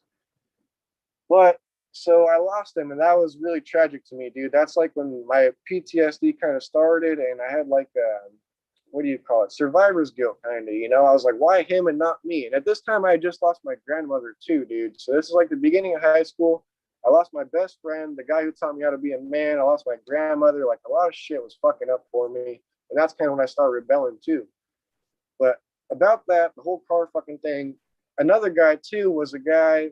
He was a friend of the guy that I helped do the painting with, the Mexican dude, and he was a Mexican dude as well. But he was a different type of Mexican dude. When I met him, he had dreadlocks down to his ankles, and like he was into rock music, and he hated Mexican music. He was like super Mexican, but he hated Mexican music. He liked Metallica and all types of shit, Bob Marley and shit like that. But dude, this guy was like my idol. I was a little kid, and whenever I had like a toy that broke or my bike would break or whatever, my mom would be like, "Oh, take your bike to Gallo." We called him Gallo, which in Mexican is like the rooster pretty much, but his name was Jesus, like Jesus or whatever, but we just called him Gallo anyway. So this dude, since a little kid, he's been fixing my toys and all this shit. I know him since a little kid. He's always been into cars too. And he had a Datsun, and dude, like he had a badass Datsun 280Z, and he was all about Datsun. Like I was always a Honda guy. Like a lot of people are probably going to talk shit on me because I used to street race Hondas. Like I've been into Nissans, Hondas, Infinities, fucking Dodge, you name it. I've had all kinds of cars. I've had over 20 cars, and I've crashed over 20 times and been in over 20 accidents. Like, dude, I've been in over 10 motorcycle accidents too, and I've crashed off a cliff through a fucking tree when I was 16 years old, going like 75 miles an hour. And that's when I really started getting fucked up and having like PTSD and shit, to be honest with you. But that's beside the story. So this guy, he's like this guy could fix anything. You had a broken car, he'll fix it. Broken house, he'll fucking fix it. He knew everything, dude. But the crutch was he did crystal meth. And he never encouraged it to anyone. He did that, and he did coke, pretty much anything he could snort, right? But he was a real good guy. Like a lot of people around me got hooked on it. Like, dude, I'm pretty much in the ghetto. Well, they call it the barrio because it's all Mexican, right? So it's all a bunch of Mexican cholos around me. And fuck. Well, basically, shit, I forgot where I was going with my story. Give me a second here. What was I just talking about? I'm sorry. You were talking about the Mexicans. And, Sorry.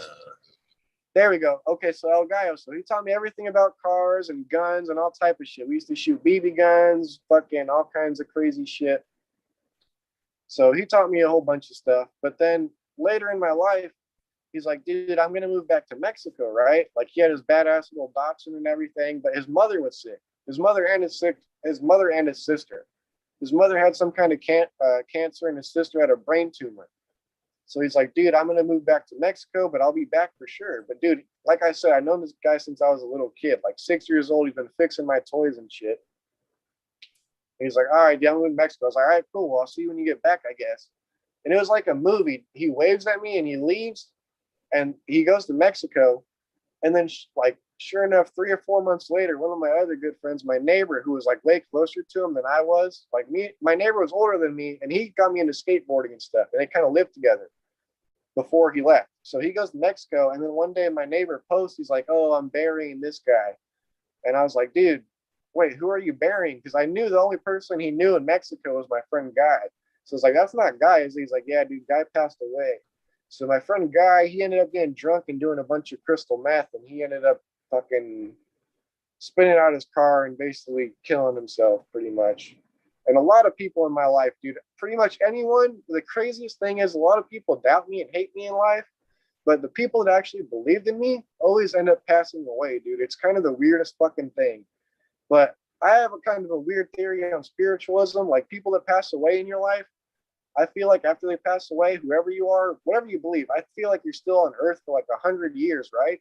And I think that's where we get our ideas from. Our ancestors that are here from within 100 years. After that, who knows where they go? But I feel like our ideas come from our ancestors that have been here within 100 years, and they guide us in a way. Because, dude, there's been so many situations where I should have been dead. I had guns pointed on me. I've been in car accidents, motorcycle accidents, crazy fucking shit, dude. You name it. And I'm still here, dude. It's a miracle, to be honest with you. And the shit that happened to my mom, dude, she was coughing up blood. She's had 3 fucking heart attacks. She died for 7 minutes. And all I did was pray, dude. I prayed during that whole time. And shout out to the paramedics. They're the main ones, dude. The paramedics are really those are the fucking badass guys right there. The hospital, they prescribe you the opioids and they put you on life support and shit, but the paramedics are the ones that keep you alive and actually help you. But dude, I've had such a crazy fucking life. It's kind of traumatizing just even talking about it. But so about a little bit about spirituality and it's people that love you dying early.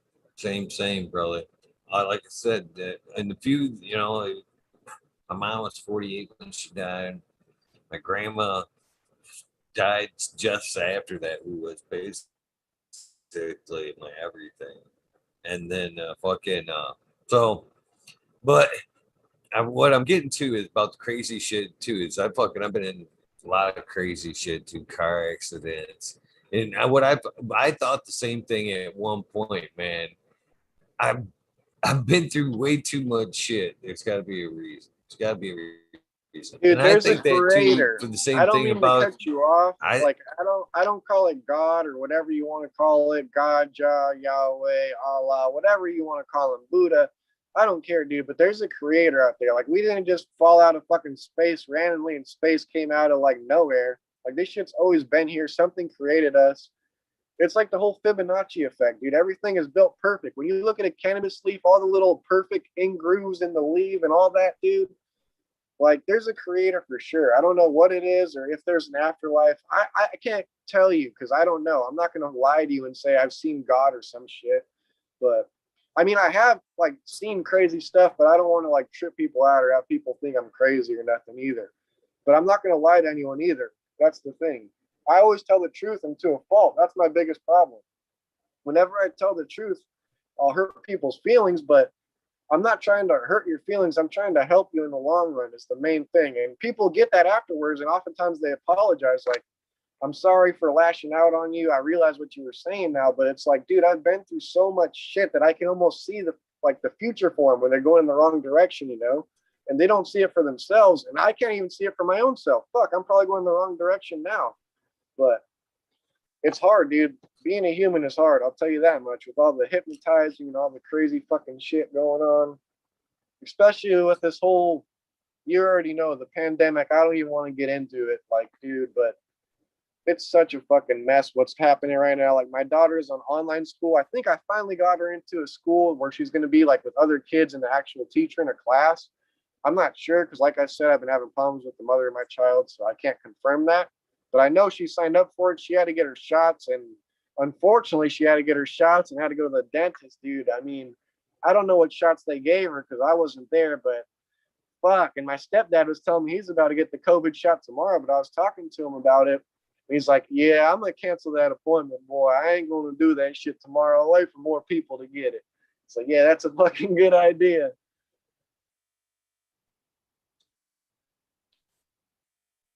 Because I'm I for think safe that vaccines too, but it's the untested, dude. It hasn't even been a year since this shit started, and they're already gonna vaccinate us for it. And who'd you have on here? I forgot who it was, but he said he took the second dose and he passed out. Kazoo. Well, Kazoo, dude. And I've had a friend that had the same experience. I'm like, what the fuck? I don't want nothing that's gonna make me pass out in the lobby of the fucking hospital. And they say it hurts like hell too. Fuck that. I don't want to necessarily venture down that road because I have a pretty strong opinion about it. Yeah, I'm But I do sorry, want dude. to I'm sorry. refer back to your life can be tough, and I think that there's a lot of lessons. We're dealt them the toughness for lessons that we actually need to learn later on. They're actually spotlights in the fucking where we're fucking up, our weak spots. You know what I mean? Where we're going morally wrong. I think that's why you have to face of some things. To be honest with you, but in people like yourself that have do get in it, has been through a lot of shit, a lot of close call accidents, where you would think to yourself, man, I'm lucky to walk away from that.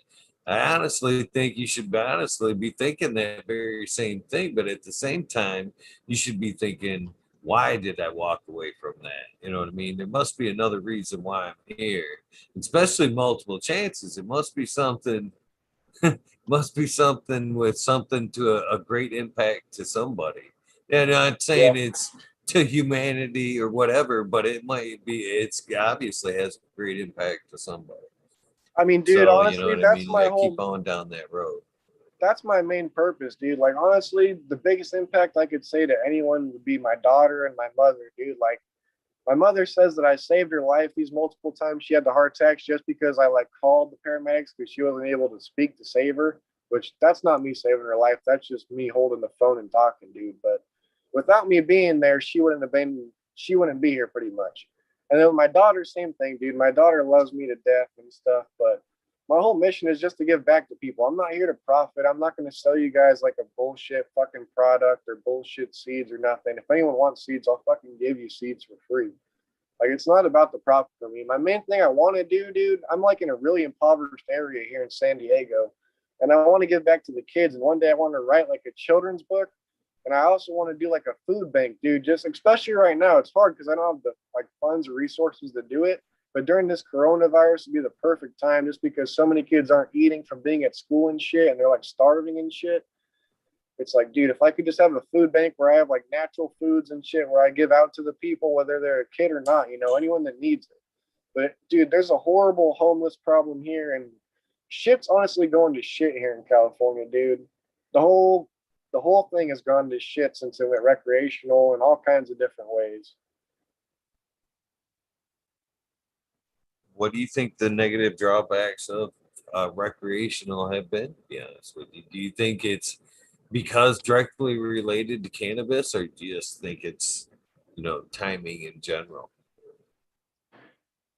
Well, man, it's just they're not letting people in, right? So with the whole cannabis game out here, if you want to get into recreational cannabis, right? Say I'm a grower and I want to sell my weed in the dispensary. I have to spend close to $5 million before I can get my weed into the dispensary. That's with permits I got to get for my facility. I got to get the facility. I got to get all kinds of different fucking shit. And by the time you get all the permits, you're already $5 million in. And this is what they call it Prop 64, right? That's the recreational program in California now. But back in 1996 till probably 2018, it was Prop 215, which was the medical program. During that, any person that had cannabis could walk into the dispensary with a backpack with pounds, quarter pounds, whatever they had, and say, look, this is what I got. This is the strain. Do you want to buy it? Yes or no? And they would buy it. And the cannabis was great homegrown cannabis. And they'd keep it in the big mason jars so it would stay fresh. Now it's in the little bullshit packaging I showed you, this fucking bullshit plastic. The weed gets dry as hell. It's old fucking weed. It's been touched by 30 people by the time it gets to the dispensary, right? So they're going to harvest the weed. They're going to send that weed to the guy that's going to trim the weed. The trimmer send that to the guy that's going to do whatever with it, knock the trichomes off. So you get no trichomes on your weed, but they get the extract. And then they send that to the packager, who's going to knock more fucking trichomes off and fuck it up more. And by the time it's on the shelf, it's already like a year old. It's fucked up, dude. And they're charging way, way more money now. Like I said, if you want like a top shelf eighth, say I went to a dispensary and I want to buy an eighth of some cookies weed, I'll get 3.5 grams of some fucking bullshit burner weed that's like $80 for 3.5 grams. And it's going to be dry and burn your throat. Now, let me say, I'm not hating on burner because I actually drove my ass from San Diego to San Francisco, which is a 6-hour drive, to Burner's shop when he first opened the cookie store in San Francisco on the Haight Street. And I drove to his fucking store and bought weed and wax from him. It was bomb. It was back in the medical days, though, where it was in big mason jars. He had all of his wax in a refrigerator. He pulls it out. It's all good. He has bubble hash. He has rosin. He had all that shit. And it was fire. But now when you get it, it's dry and it's fucking shit because it's in the plastic packaging and it's just, dude, 3 grams is not going to stay dry for long. If you have like 2 ounces of weed in a jar, it's going to stay fresh for longer than 2, 3, 4 grams in a freaking plastic package. And they're just not for the medical patients anymore. It's all about the profit. That's what's wrong. It is kind of wrong. That is wrong. When it's about profit like that and it's no longer about quality, that is fucked up. But I I hear a lot of back and forth, and even amongst my friends, about like burner in general. But to be honest with you, I got fucking some respect for that cat. I just outside of weed in general, burner as a fucking person. I've got some respect for that cat. The fucking he's basically a pioneer in his own right. Fucking to go through I mean, this is because I can relate to, the actual behind the scenes shit most people won't talk about, hustle. You know what I mean? Right. But I almost giggle sometimes because I listen to a lot of this music. I'm a big fucking fan of Burner's music, to be honest with you. And I giggle sometimes. I'm like, this is some real like shit, man. You know what I mean? And you can only recognize a lot of the shit that he's saying as, for true and not just some bullshit because you just fucking know. The realness of it.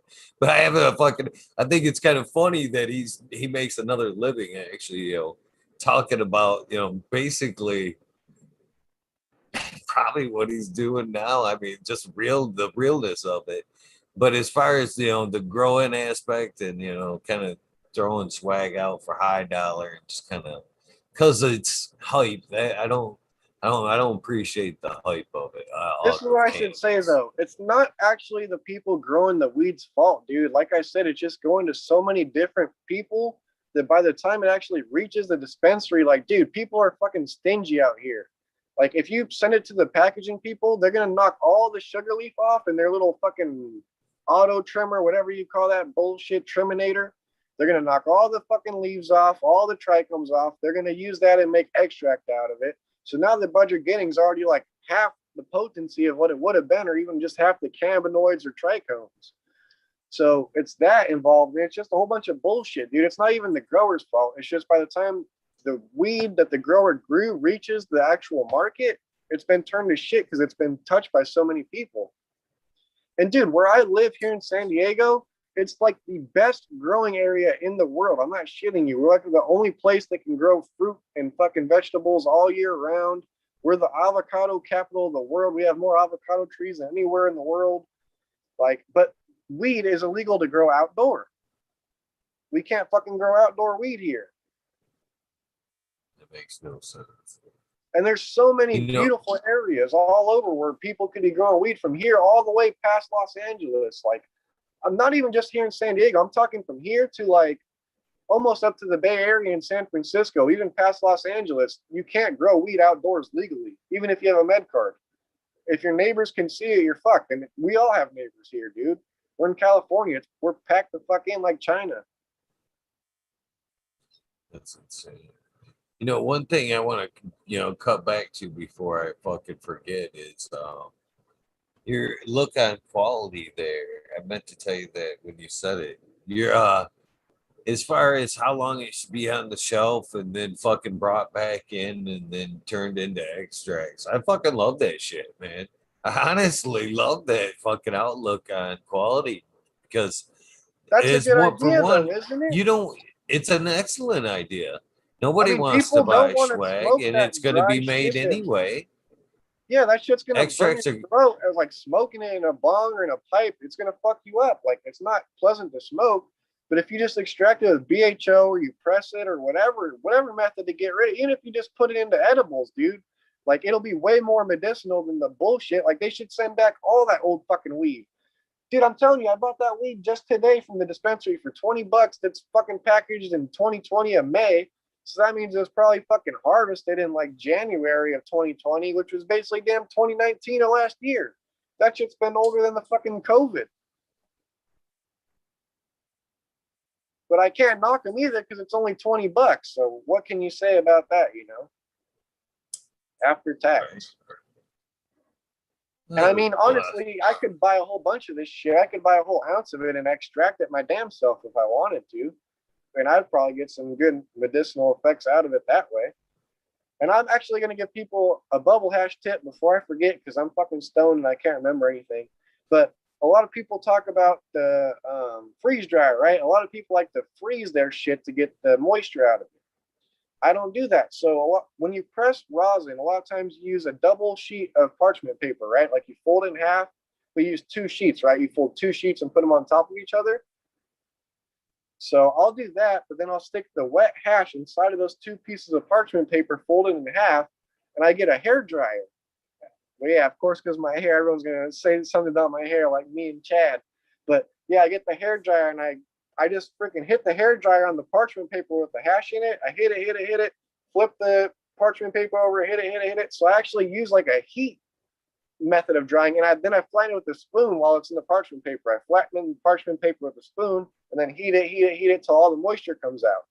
But every single time I do that, the hash comes out like dry, like a piece of mud almost, like a piece of mud is the best way I could describe it, like completely dry. But when you smoke it, it bubbles like a full melt hash every single time. So it's kind of like a heat tech. You know how Frenchie presses it with the hot water and rolls it? So the hair dryer is kind of heating it and activating the cannabinoids, and then me pressing with the spoon down to dry it and pulling all the moisture out. It's kind of like the same deal, almost, not really, but it's kind of the same method. Hair bros, Chad Westport says. But yeah, man. So that's my way of drying my hash, and honestly, it comes out super medicinal and it works really good. And I'm a fan of taking like cannabis plants full term. Like a lot of people always chop early, 50, 60 days, even 70. That's kind of early for me. But like, I always take my plants full term. I want the trichomes to be completely amber when I harvest them. And then same thing with my hash and my concentrate. Like I want it to be heated, kind of degraded even a little bit. Not completely. I don't want it to completely degrade, but I want to get the full spectrum out of it, And same thing with hash. I heard you say that you don't like press your hash into like rosin or anything. I'm the same way, dude. If I make bubble hash, I just smoke the bubble hash on top of bowls or smoke it in a joint or just smoke it as it is, Look, this is a jar right here, bubble hash. Look. Damn, bro, I'm jealous. Here, I'll put some BHO on my next bong rip for you guys, though. That's the best I can do. It's I don't know, depending on your idea of beautiful hash, but That's my idea of it's a. beautiful hash right there. It's that perfect color I where it's like mean, a little bit degraded almost. It's not even that it's like a lower micron or anything. It's it, not like a bad bag that you fucking got of hash, you know, but it's just a as little a bit hash degraded. maker, That's not a bad thing either. That's actually a good thing, dude. That's how all the hash always used to come. If you look at the old school hash from Spain and stuff, it's brown chunks. It's not fucking blonde shit. If I want blonde shit, that's easy. I just chop my plant at 50 days and run it fresh frozen. There you go. You can have the whitest shit you want, but is that going to be the most medicinal? No. It might be really terpene rich because that's for sure. You'll get a lot of terpenes that way that haven't dissipated from the heat of the light or whatever it may be, but it's not going to be the most medicinal by any means. I like that hashy medicinal taste. to tell you right now, as a hash maker, as somebody that's made a lot of fucking hash, that right there, it's always been that ambering, that fucking browning of that hash is a fucking a sign of quality for me, to be honest with you. When I'm actually pulling my bags, and it's a process. We all know once you fucking get the bags out, or you get the machine out, and you start fucking washing some hash. Usually you put it off and you've got some work to do. You know what I mean? And it's Oh, it's yeah. hardly ever a wham bam. You know what I mean? It's usually a full day, and it's usually like almost like everything you got to where like you're just throwing in the towel. You're like, fuck it. I'm just not, I don't even give a shit anymore. What's in Yep. it? I'm just dumping it out, cleaning up. But as you're doing that and you look back, you know what I mean? What you've already pulled, you look back and 20 minutes, 30 minutes later, that patty's already fucking turning brown. That's some high quality resin right there. You I know what I agree mean? The quicker that 100%. shit turns brown, the fucking more high quality it is. The I best shit found I my ever get when you extract it at first, it almost looks like cement, right? Like wet cement, almost like that gray color. And as it dries, it just starts to brown real quick, like a not even a brown answer. It's like a goldish brown almost, like a tan color. And it's like, dude, that's some of the best freaking bubble hash I've ever had. But yeah, dude, we could get into bubble hash talk too, dude. I could talk about that all day long. But talk that's about one whatever you thing want too to talk about, Huncho. with the strains that I get. Well, not with the strains I get, the strains that I create supposedly, not necessarily create. I just put other people's creations together. I don't even want to say I create them. So I'll get a male from somewhere and a female from somewhere and put them together. But when I do that, when I'm looking for the offspring, I'm not looking for yield at all. People always talk shit on my yield every single fucking time they see my buds. Like, oh, that's some larky bullshit. But if you look at my weed, the fucking weed is covered in trichomes, and the leaf on the bud is always covered in trichomes. The whole family is going to be covered in trichomes because I extract the whole plant. But also for all the fucking like disabilities I got mentally, like I'm always looking for terpenes that work for me. So I'm always searching for terpenes. So any seeds that I've made because they're the right terpenes for me, right? So I just want to have a certain variation of that. Like I have a feminized seed where I took the rose Skittles and I feminized. Well, I basically reversed it into a male and I hit it with a Zuki's plant. So it's a rose Skittles crossed with Zuki's. And with that, there's like two phenotypes. You'll either get a grape soda phenotype or like a vanilla kush phenotype. But either one you get, they're both super medicinal for me. They both work perfect for what I need, like to help me with my medicinal whatever is wrong with me. Who knows? But also, I'm about to smoke this big ass bowl of fucking BHO and weed. So pray for me. Eat that shit, bro.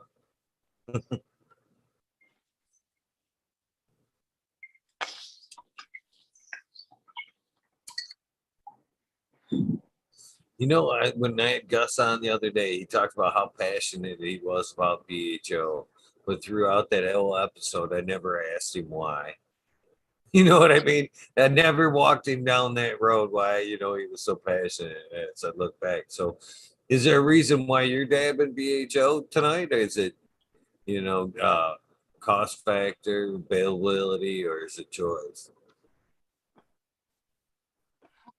Yeah, it's just pretty much for availability.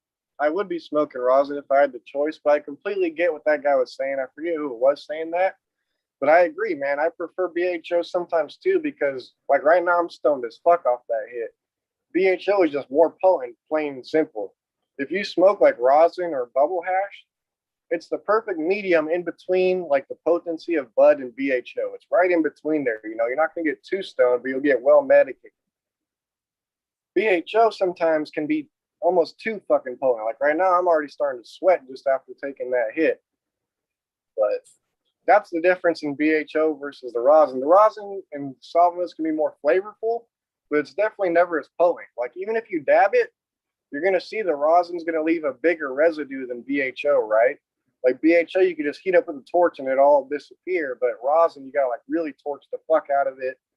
Maybe hit it with some alcohol or something to get the stain off of it.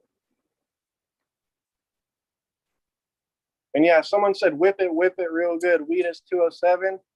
Dude, this BHO, this is my tech for this shit. I have it in this glass jar. It's probably like 4 grams of BHO. But dude, I just whipped the fuck out of it to try to get all the BHO out of it. I've heated it with the fucking blow dryer again, blow dryer tech for the win. And then after that, I whip. And then I close the jar off and I sit down on top of my PlayStation. My PlayStation gets pretty hot. I don't know how hot, but it's probably like 120 to 150 degrees. And I just let it sit in that jar, dude, and just let all that shit bubble up and it turns into a sugar. And dude, that's some real good shit to dab. Like I'm literally sweating right now. My hair's getting fucked up. It's like shrinking because my sweat. And dude, I was laughing my ass off too. I heard you guys saying, "Oh, come on with the wig when Huncho Grown comes on." I was like, dude, how funny would it be if you came on with a Fabio wig and I came on here with a bald cap? I was literally like looking around for a bald cap to wear for this shit. And I was gonna text him like, dude, you gotta get a wig. We gotta trip him out. Oh, Lexi's got one. Lexi's got one. I could have done it. I could have pulled that off. I could have pulled that off. Should have grabbed It'd it, have been brother. uncomfortable, but for comedy's sake, I think I would have fucking.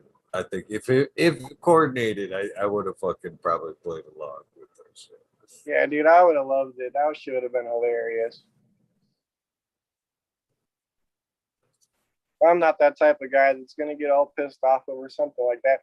That's what I was gonna tell you too, dude. That's why I love your show. Another reason you keep it so real, dude. Like people can say whatever they want. Like I've said so much shit that I've been drinking too much and smoking too much. I said so much shit I probably shouldn't have said. Like I don't like talking about people's lives too when they can't defend themselves, like my mom and her condition and stuff. You know, like shit, I should have her on the fucking Eagle show, but nah, that can't happen. But you know, dude, it's just like I forgot what the hell I was getting at. I lost my train of thought again after saying that. You were talking about being able to, talk about whatever you want to talk about on the There show. you go. Yes, basically. yes. So every other podcast, dude, it's like censored. It's like you can't say what you want to say. Every other thing I've been on, every podcast I watch, it's like they interrupt you while you're speaking. You can't get your story out. If you say anything controversial, they stop you right away. Like, dude, your podcast is going to blow up just for the simple fact that you let people say what they want to say. You know, you let the truth be told. The good, bad, the ugly. You don't stop anyone. You just keep it real. Whatever people want to say. It's like I asked you before we came on, because there's been podcasts I've been on and they're like, oh, we got to do a whatever the hell, a pre-meeting where we're going to talk about what we can and can't say or whatever the fuck. And you're just like, dude, we're going live. We're going to talk while we're alive, you know? So I was like, dude, you're such a cool dude for that. And just the community too, dude. We can't do this without chat. There's so many great people in chat. I can see a little bit of chat. I can only see about 5 comments at a time, but like right now I see Chad, Weedas, Lucky Mike, Mr. Toad, Lexi, all great people. Cheddar Bob, all people that have shouted me out before, man. So it's great. Well, I guess Toad hasn't shouted me out, but I've seen him a lot. It's always good to see Toad. Glad to see him here. Bill Sid, another guy, Johnny Caniseed. Shout out Cool Hotel. I mean, dude, all the chat. These are the people that make it possible, and that's why I had to come on here and talk and tell a little bit of my story too, dude. Like, as soon as I heard Johnny Kennedy say, like, "Yo, chat, you got to message Eagle and get on here and tell your story," I was like, you know what? He's right. I was a little bit drunk, kind of like freaking smoking with Gus. I think smoking with Gus. Gus, I forget his name, but Gus. He was saying, yeah, I was drinking a little bit, and I was like, yeah, I'm gonna come on. Same thing. I was drinking a little bit. And I heard him say that. I was like, you know what? I'm gonna message Eagle. And I sent you a message like, yo, I know I'm not like I'm a nobody, but if you want to have me on, I'm willing to come on. You're like, yeah, dude, I'd love to have you. How about Tuesday? I was like, dude, what? That's like, yeah, awesome. Like, I'd love to come on here and just be a part. And dude, another thing, I want to apologize to Jack Greenstock and to Bingus if they took anything I said wrong. Like I said, like I have mental disabilities, so I'll say shit. And like, it's not that I'm trying to be a bad guy. It's just what comes to my head. I say what comes to my head, It may be like kind of schizophrenic, like my mom, maybe some weird shit like that, but it's not me saying out loud. It's me commenting what's going on in my head. And in the comment section, it's hell. You can't comment more than like 150 characters or whatever, so you can't even get your point across, which is another reason why I had to come on here and kind of tell my story. And dude, like I'm kind of incriminating myself too, because I'm still on probation. I can't even leave like within 40 miles of my house. But at this point, I'm just like, dude, if they're gonna arrest me for weed or anything weed related, fuck it, go ahead. I'm not hustling weed anymore. I'm not selling it. Like I said, I'm not in it for the money, dude. I'm in it to heal people and help people. That's my one goal. That's the way it should be, my friend. That's the way it should be. I appreciate you coming on, man. And as far as letting you be able to tell your story and that shit's the way I see it is it's your story. You know what I mean? I appreciate the genuineness of you guys coming on and telling your story. So why should I try to you know stop it or whatever? As far as opinion of things go, you know what I mean? Again, that shit's your opinion. You know what I mean? As long as it isn't derogatory to somebody in particular, you know what I mean? You're calling somebody out, you know what I mean? And it's terrible or whatever. That's what It's I your did, dude. opinion. I called those two people out, Bingus and Jack. Like, dude, I called his seeds Hermie and shit. But like, I mean, like you said, you had a light leak, right? Like a couple of your strains hermied, right? Because of the light leak. So it was the environment that caused it, and someone else too. And dude, honestly, I've seen that Velvet Punch grow, and I don't even know who grew it, but I seen it on Instagram somewhere, and it was like these big frosty purple and white buds, and I was like, dude, that looks like some fire, like the type of berry shit I'd be into. So I mean, I was probably hitting him on jealousy, and Bingus, I was just saying something about his animation. But dude, like I said, I got ADD, so I can't focus. That day, I think it was Rez. I don't know his full tag or what he goes by, but Rez with the beard, the gray hair dude, glasses, Yep, he's yep, a cool ass yep. dude. And he was making a point that day, and Bingus had his background playing, and it was like some distracting shit, dude. And my ADD couldn't focus on Rez, and I was trying to listen to him, and I was watching Bingus background, like, fuck, I don't want to see Bingus background. I want to listen to Rez, but my brain is so fucked, I couldn't. But that's my own fault. So I apologize to Bingus and Jack for that, dude. And who am I to Oh, judge? Dude, my weed's probably fucking worse than both those guys. And Bingus, I actually tried getting him on a podcast before, way, way, way back. This is where it all started. I was trying to get him on the Future Cannabis Project, like the actual page, and I was supposed to have a show, and I wanted to get Bingus, and everything was good. Bingus was down for it, which is surprising because Bingus, now that I know, he's just like a man of your channel and his own channel. That's about it, You don't really see Bingus anywhere else.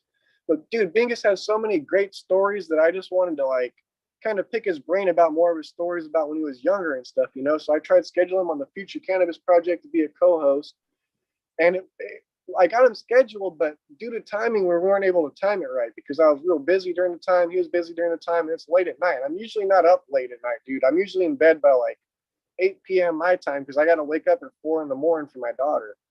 So I'm usually not up, but just because of the shit that's been going on lately, I'm able to be up at these times and shit. But that's besides the point. But yeah, dude, Bingus is a great dude, and I wanted some of his seeds too. That's the thing. I hit him up.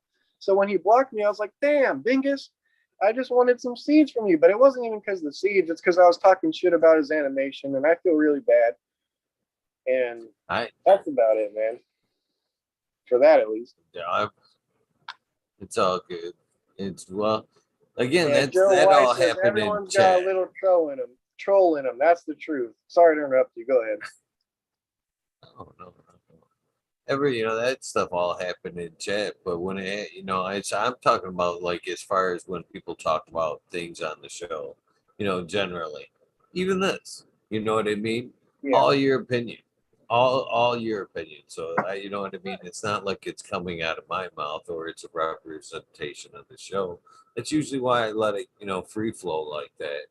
And it's as far as like the I actually I cut a lot of people off pre-show. I actually am like pretty stubborn on that 11:30. 11:30 is 11:30. There's those of you cats that show up at 11:30, it's like I smile at you cats that show up right at 11:30. I'm like, yes, these Dude, I cats know could how to not miss this show, dude. This is honestly, like I said, I watch this every morning. The first thing when I wake up, because I wake up early with my daughter, like I said, right?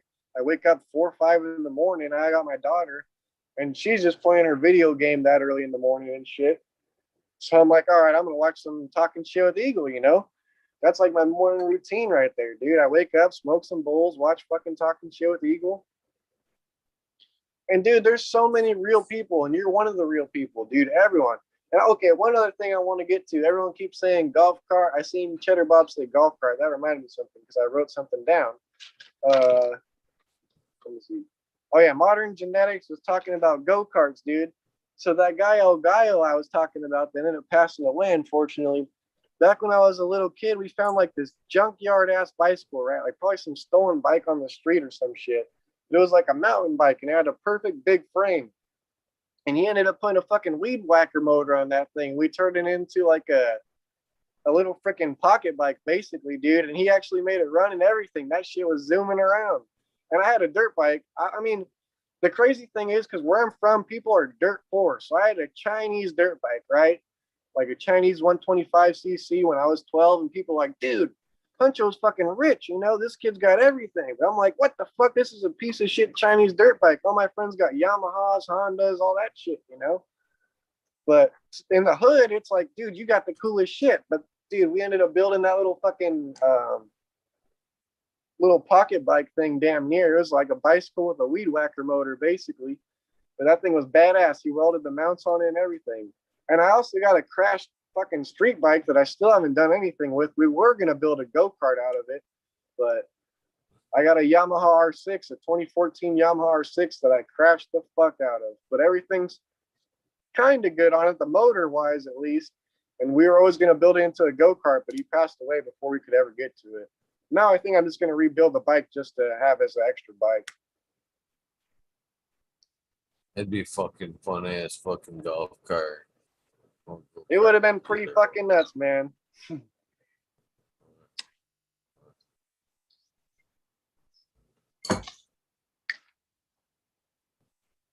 But I think all young kids, all young boys at least, when they're young, they're like, dude, I'm going to build a fucking badass fucking go-kart.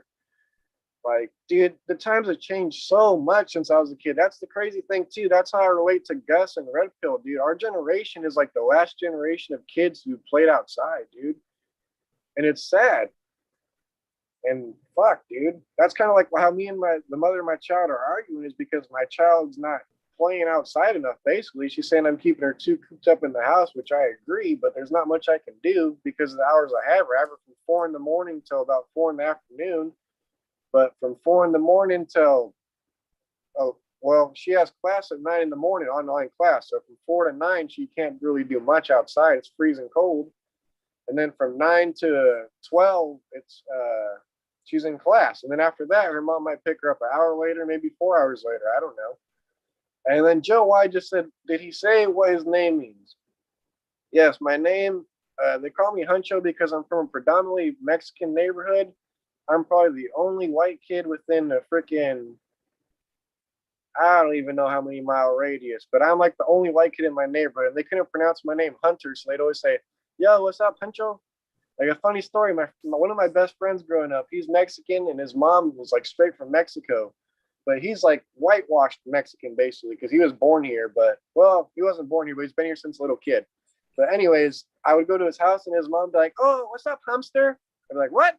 She'd be like, "Isn't your name Hamster?" Like she couldn't say Hunter. I was like, "No, it's Hunter." She's like, "Hamster, Hector, Arthur."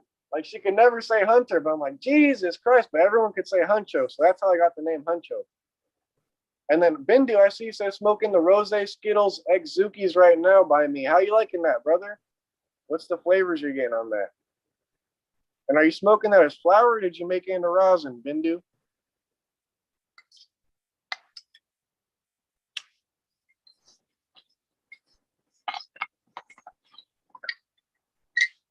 Yeah, 20-second delay between us and And then Jay. Humpster Joe Weiss says, "Yep, that's for sure. Trust me, I've gotten all that shit. I got Huntard, Humpy, you fucking name it. I've got all kinds of crazy shit. And it's funny too, because the local dispensary I go to, all the little like fucking girls there, they try to remember my name, but they can never remember. So I get the same shit all over again. Like, oh, Arthur, Spencer. I'm like, nope, Hunter. Like, oh yeah, I knew it was Hunter.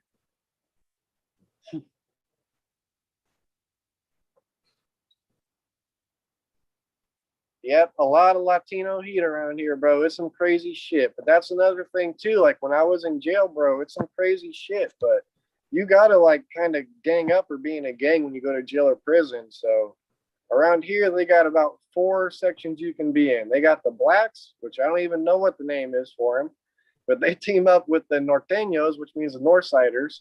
And then you got the Peckerwoods, which is the whites, and they team up with the Sureños. But really, we're not supposed to like each other. But the fact that I could speak Spanish, all the Sureños like me. But if anything goes down in the fucking jail or the prison, the Sureños and the Peckerwoods team up, and the Norteños and the blacks team up. And then it all goes to hell from there. If you've been to jail, you fucking know. But well, in California, at least that's how it goes, I can say. But I'm not in any gang and I'm not racist at all either. I love all races. That's another thing too. I love like everything, literally. I'm all about Muslim culture. I'm always reading like the Quran and all those scriptures and that type of stuff, man. Like I'm all about the Rasta culture. I would have dreadlocks, but it would be like kind of pathetic to be a white guy with dreadlocks, you know? So this is my version of dreadlocks. Uh, so, what was your first grow like, Huncho? My first grow. Okay, so remember I told you I lived with that guy and he had that bubble gum, right? The THC Seeds Adam Dunn bubble gum, which I think is the Indiana bubble gum. I don't know, but that doesn't matter too much. So I had some of the, okay, this is my first successful grow, I'll say, okay? So I had some of those seeds and I put those in 5 gallon pots in cocoa. And I had those and I went to a local dispensary. This is after I got my DUI and I crashed on the Xanax and alcohol and crashed in the dispensary. So after I got out of jail, I went back to that dispensary to go buy weed. So I walk in, the security guard's like, "Yo, what's up, Hunter?" I'm like, "What's up, man?" They let me in, and I get to the back, and the owner's like, "Yo, you better get the fuck out of here." I was like, "What?" He's like, "Do you know what you did in my shop, you fucking asshole?" And this and that. He's like, "You're never allowed in here again. You're fucking banned." So they kicked me out, and that got me banned from pretty much every dispensary in San Diego too, just from that one guy telling every other dispensary about me.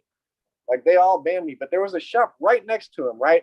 There was this cool fucking black dude that's a legend in San Diego. I wish I knew his name. He's a black dude, and he got arrested for weed, like possession of weed and having all these fucking weeds and just having a bunch of weed and edibles and wax, you name it, he had it. He got arrested, but he's a legend because he got it all back. He went to court, fought it, and got like 80% of his shit back. Of course, the dirty ass cops and shit took like 20% or whatever the fuck it was. But he got almost all of his money back, all of his weed, all of his wax, everything back. So I went to this guy's dispensary and he had train wreck clones. And at this time, so this is like I said, my first successful grow. Prior to this, I had tried growing, but I didn't know much about growing before I moved in with that dude. So I'd grow plants and veg them real big, but I didn't know how to flower them. And after I'd veg them real big, my dad would see them in my closet and he would just fucking chop them down and fuck them up, pull them out of the pots.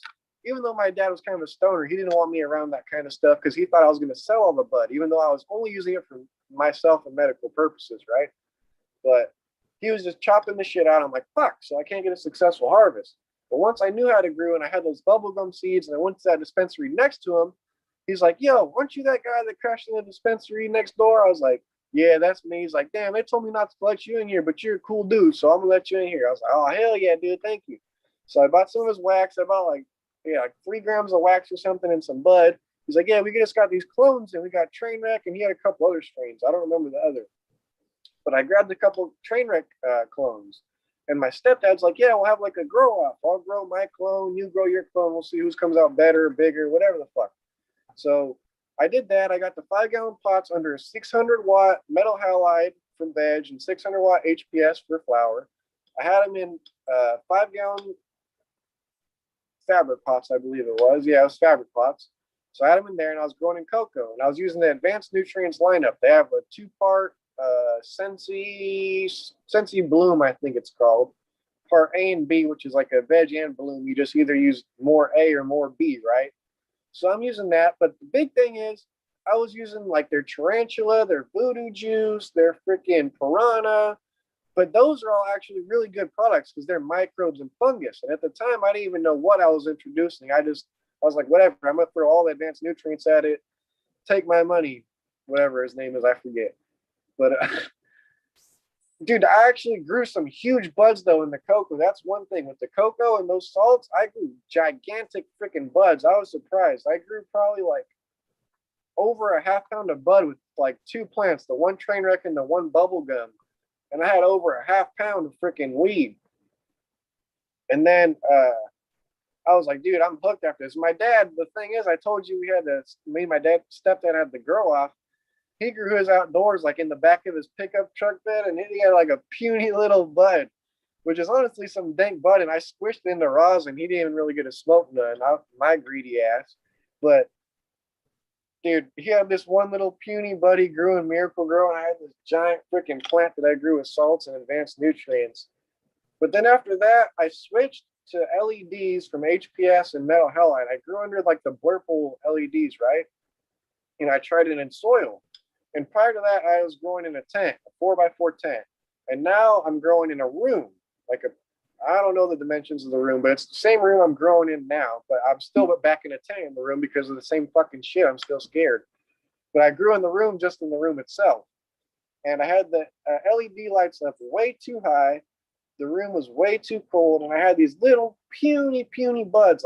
People talk shit on how small my buds are, but these buds were literally, I understand talking shit on these puny buds. They were dank because I was growing them in soil, but dude, that kind of scared me away from the soil and the LEDs for a while, and I went back to cocoa. But yeah, now I'm back in the organic soil. I'm growing back under. Right now, I'm actually doing a trial run with just metal halide.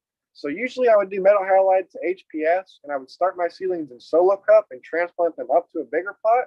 Now I'm saying, you know what? I'm going to try them in the final pot to avoid the transplant stress, and so they can grow bigger roots without stress.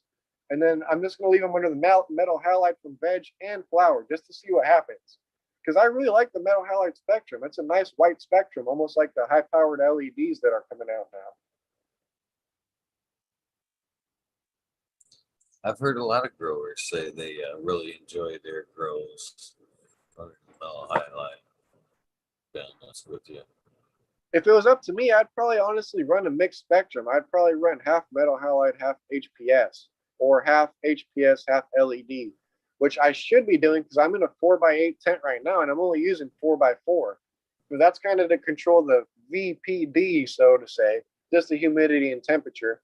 So I can have like a fan sitting in there and taking up half the space of the tent, basically. But if it was up to me, I would just take that fan out, move it somewhere, bolt it to the wall or some shit in the tent, get another fan to blow stuff around, put a LED light in there. Probably there's a lot of great LED lights coming out. I used to talk a lot of shit on LEDs back in the day, and I've had a lot of accounts. And here, I'll just show you this real quick too. So a lot of people ask me, I don't want to talk shit on anyone. People ask me why I don't post a lot of pictures on social media, right? So back in the day, here's a couple pictures I'll just kind of go through real quick. Oh shit, I don't know if you can see it. My old account was Geographic Genetics, I think it says, or something. But I'll go through a few pictures. And these pictures aren't for my collection, I should tell you. These pictures were used against me in the court of law. All right. So, for a lot of people that ask why I don't post on social media, man, I've had a lot of bad encounters with law enforcement. Let me get back to my arrests, okay? I don't think I explained it too much. So I got the one arrest for the embezzlement at AutoZone, right, where they didn't actually take me to jail. Then I got arrested, which was totally my fault. That embezzlement was my fault, and this DUI was totally my fault when I crashed into all the cars on the Xanax and shit. Then my third arrest comes around, which was not my fault. This is after my DUI, and I'd been to jail and around all these hardcore motherfuckers, and I'm trying to get my life together. I had purchased a new car after I had completely totaled my old car. So I purchased a new car, but the problem is I buy it from some fucking cholo guy, right? So he's a junior. So we'll call him Jesus. We'll call him Jesus Jr. So his dad is Jesus Sr. This kid stole the car from his dad and sold it to me with his dad's pink slip, but because they're both Jesus Jr., Jesus Sr., whatever the fuck. So one day I'm trying to get my life together. I shouldn't be driving, by the way. My license is still suspended because of the DUI, but I got to get around and I'm trying to get my life together. I just got this car. I'm driving around, and one day I'm bumping my music, and I look back, and I see a cop that's leaving a big space in between me and the cop, and I'm like, oh, fuck. So the cop ends up pulling me over, and I'm like, shit. So I turn in, and it's like a movie theater area where I turn in. It's like a big outdoor mall kind of thing. They got like a movie theater, a Panda Express, they got Chipotle, Starbucks, all this shit. So I basically pull over at the Starbucks, and the cop, he doesn't even come to my car. I parked my car and he's just holding me at gunpoint. Like he's just pointing his gun at me from his car basically behind the door. And I'm like, what the fuck? I didn't do anything wrong. I know I'm driving. I'm not supposed to be driving. I got a suspended license, but what the hell? Why just got a gunpoint at me? And he's like, keep your hands up, leave your hands outside the vehicle, or we're gonna shoot and send the dog in. So I gotta keep my hands up like this outside the fucking window. And I don't know if you've ever had your hands held up for a long period of time above your head like this. But if you do that for a long enough period of time, you want to drop your arms because there's no blood in your arms and they go fucking dead, basically like numb. So I'm sitting there and I just don't want to get shot. And he's like, yeah, get out of the car, this and that. So I get out of the car and they fucking finally arrest me. And I don't know what the hell's going on. I don't know why I'm being arrested. They don't tell me. So finally they arrest me and I'm in jail. And they're like, yo, you know, you're in possession of a stolen vehicle. And I'm like, what? In possession of a stolen vehicle? I purchased that vehicle. I have the pink slip and everything. And they're like, no, this vehicle is reported stolen, so we have to arrest you. So they arrest me, and I'm like, what the fuck? So they're showing me all those documents and shit, and they let me use my phone actually to like call a few people. So I'm calling people. I'm like, yo, they got me in jail. I got like, can you go to my house and grab the title to the vehicle, this and that? I just need it for the court date. Just bring it to the court date for proof that I purchased the vehicle and I have a title for it. Because, dude, it was kind of a sketchy situation because I bought it and the kid didn't have a key for it. And it was missing like a radiator. So I put the radiator in and I bought a new key and ignition from AutoZone and just stuck that bitch in there for like $40 to get it running. I'm like, hell yeah. So it kind of did look sketchy. And like, fuck, dude. But anyway, so I go to jail for that and they realize that I'm innocent after a while. And the cop, he's like, oh, dude, I like your tattoos. Like, oh, what's that mean? Oh, you got an MGK tattoo and shit, because I got a fucking lace up tattoo on my chest. And I'm like, dude, what the fuck? Just let me out of here. I'm innocent. He's trying to be my best friend and shit. And he's like, no, we can't do that. But luckily, I made a few calls. And they're like, yeah, we're able to bail you out, but they say your bail's going to be $4,000. But check this out. So my last arrest for the DUI, I'm still on probation for this DUI for another year. I still can't leave 40 miles from my house, this and that. I shouldn't be smoking weed. I shouldn't be doing shit. But with this fucking probation bullshit, if I violate my probation, I have to do 20 years in prison for my DUI. That was my plea deal I took to get me out of jail, or else I would have probably had to do 5 years in jail, maybe. Which my pussy ass was like, dude, I can't take 5 more years of this shit. Just get me out. They're like, all right, 5 years of probation. If you violate, you got to do 20 years in prison, no questions asked. So when I get arrested for a stolen vehicle that I didn't steal, I'm like, dude, they're going to ruin my life. Like, this is worse than when I got arrested for my DUI and I was actually locked up for a significant amount of time. I only did 1-2 nights for this fucking stolen car shit, because luckily I called someone. They bailed me out for the $4,000 I had to pay. But dude, I paid the $4,000 and they sent me a court date to like go to court to see if I'm gonna have to go to prison or not. I pay them the $4,000 and I pay the cop. He made me he charged me like $1,000 extra fee, like randomly. He sent me a letter in the mail saying like, you got to send me $1,000 or else. I was like, what the fuck? But I didn't want to deal with it, so I sent him the $1,000, the $4,000 for that. The cops are fucking crooked, and but anyway, so I get away with it. So I go to the court date, right? And I'm shitting my pants because I'm like, dude, if I fail this court date, I'm going to fucking prison for 20 years, which I'll probably do half time on good behavior, which is 10 years. But who the fuck wants to do 10 years in prison? I'll be away from my daughter, this and that. So I go to the court date and I show up and they're like, yo, you're not scheduled here. You need to go talk to the front. I'm like, what the hell? And I go talk to the front and they're like, oh yeah, don't worry about it. The cops dropped your case. Because they knew it was bullshit. They knew I didn't steal the fucking car, but they held me in jail and still made me pay all the fucking money to fucking bond out or whatever. And dude, I've been fucked with by police my whole life. A lot of it's my fault again. I always was a dick. I talk back. I always had street race cars from Hondas, fucking Nissan, Infiniti, trucks, drag race cars, drift cars, you fucking name it, motorcycles. I've always been speeding. I've always been a fucking nuisance, so I don't blame them. But dude, jail time and shit, that's jail for modifying a car. What kind of bullshit is that, you know, and stuff like that. It's just ridiculous, the shit that fucking goes on here in California.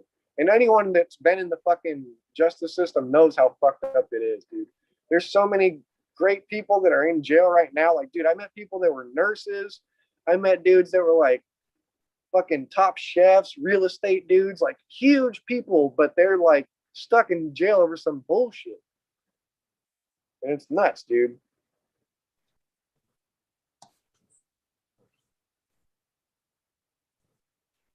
Yeah, the system can be kind of fucked, that's for sure.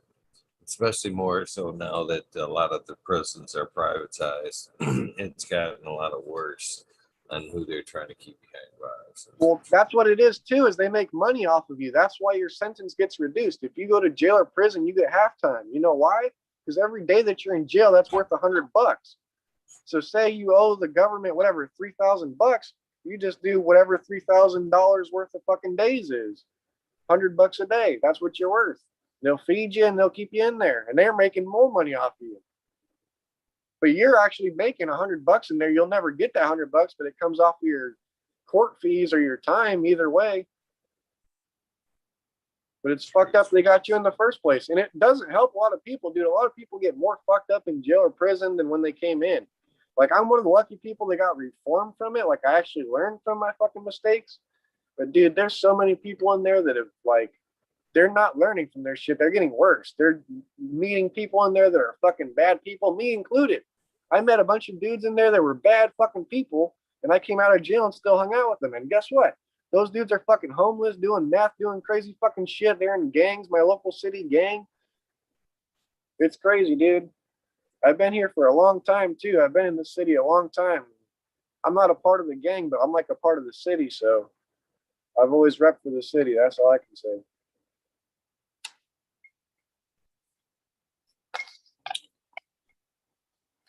So how did you get into breeding?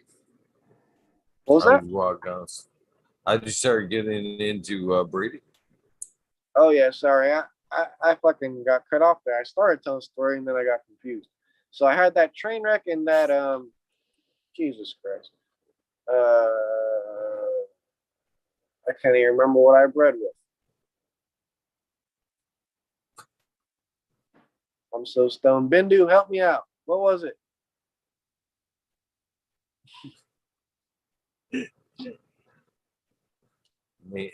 That's a good squirrel.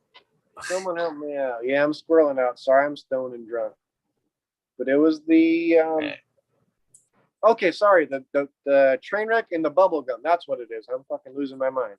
He wouldn't even know that. So okay, the train wreck and the bubble gum.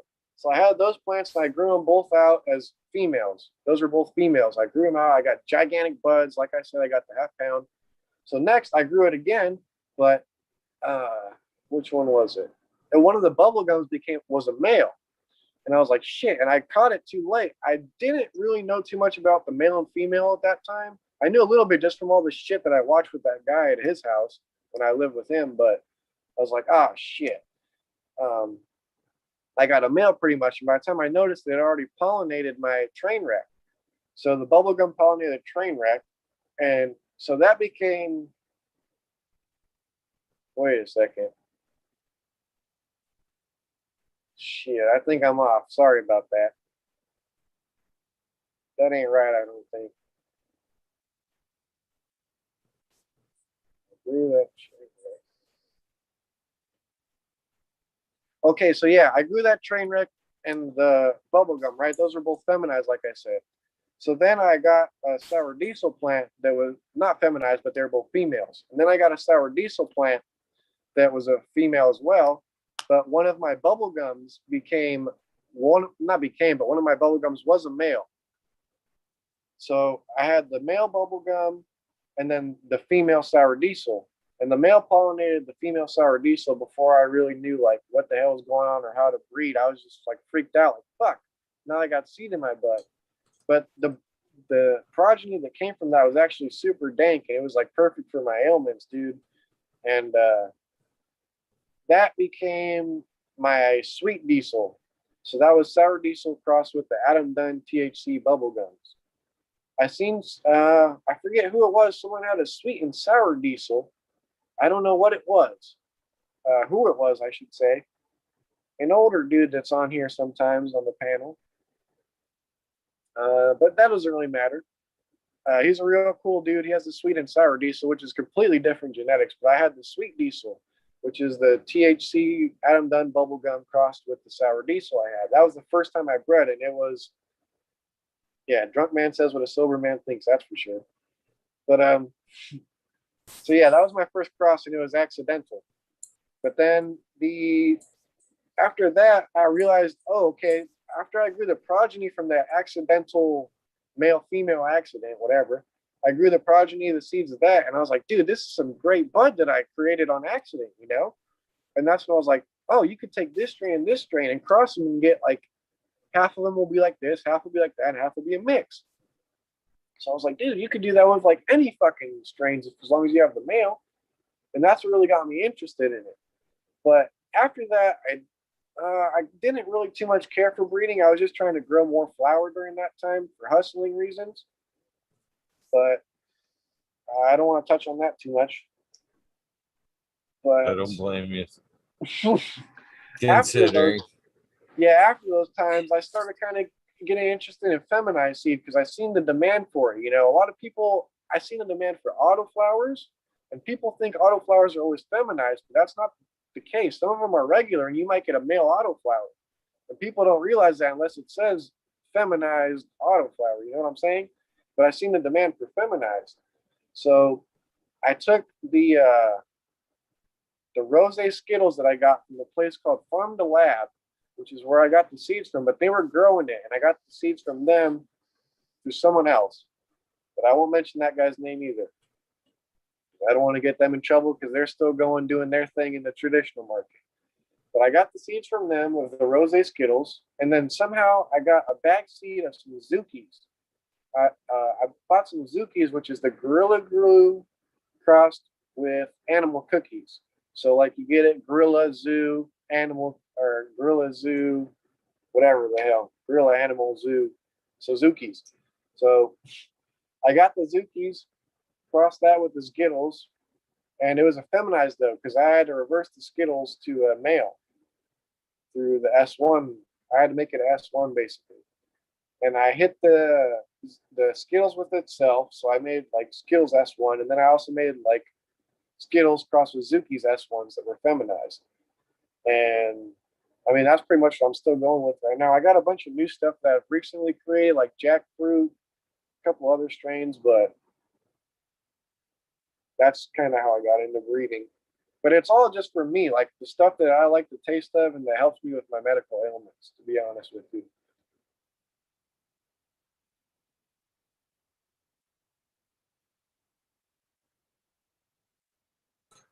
There we go. And the mute button was a little sticky there, or seemingly. Fucking I don't like to fuck around with the autos. Actually, I've tried it one time, had a sour experience. The second time, I tried to grow them, and again, I'm not gonna throw any breeder under the bus because it was a bad experience. But I was past them at the Detroit Cup, And I'm like, what the fuck? You know what I mean? They've came a long way. I've seen a lot of people have good experience with them.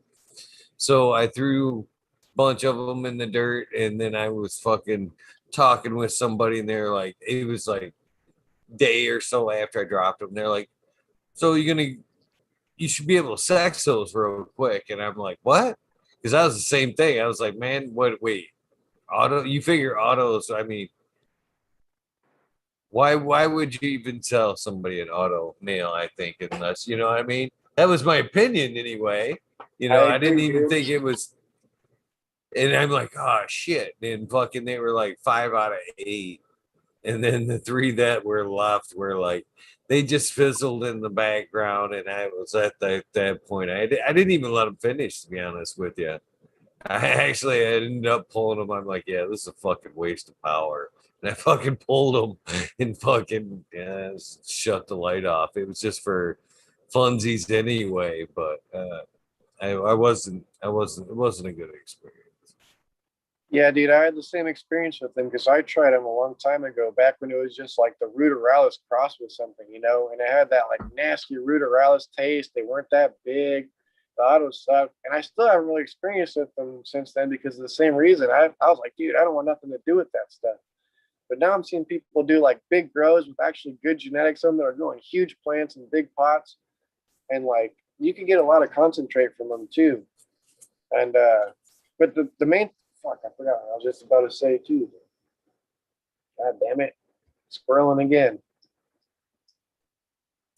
We were talking about autos and Yeah, autos and the concentrates. concentrate off of them. Um, yeah, but they've just improved a lot, man. Like even Chef Anna, his autos are some freaking beautiful things. And I've seen some great stuff cross, like not cross, but other companies coming out with some great autos as well. Like I've tried a couple of them, not in weed form, but in the concentrate form, and I like the concentrate. So I'm like, dude, if you could stuff a few autos in your veg tent or just throw them outside, they're great for that. But like you said, I was scared away from my first experience with them too, just because they had that nasty Ruderalis taste, and I was just like, dude, this is not the deal. These are tiny plants. But this was what I was going to say too. I'll give some people tips for growing the autos. If you are going to grow autos, start them in their final pots. I see a lot of people starting them in solo cups or little pots. As soon as the auto hits the like wall of the pot, it's going to flower. So if you're in a big part of the ground, it's going to take a lot longer for it to flower. It's going to have a lot longer of a veg period, so to say, even though it's not vegging. But if you have it in the final pot and it takes longer to hit the walls, then it's going to veg longer and grow bigger, and you'll have bigger buds in turn. So always start in the final pot. Don't transplant the autos. And then also the light time too. A lot of people they run them like 18.6 or whatever, 24. But I would say run the autos like 23.1 or 24.0. 24 lights on, 23.1 lights on off. Like the plant will take it, the plant will take almost anything. I always suggest, like I say, the 23.1 because I think the plants do need some time to recover. Because when the lights are on, it's sucking everything up through the cell wall, all the moisture, all the nutrients, and it's pulling it up to the leaves and the buds. When the lights come off, it's pulling it back down, and all that moisture goes back down into the root zone. So I think that has an impact on like kind of how the plant breathes, like the respiratory system somehow. Same with how when you water to run off, the water running off pulls the air through the roots, which I'm an organic, so I don't usually run water to run off, but I do occasionally just to get that oxygen running through the pot.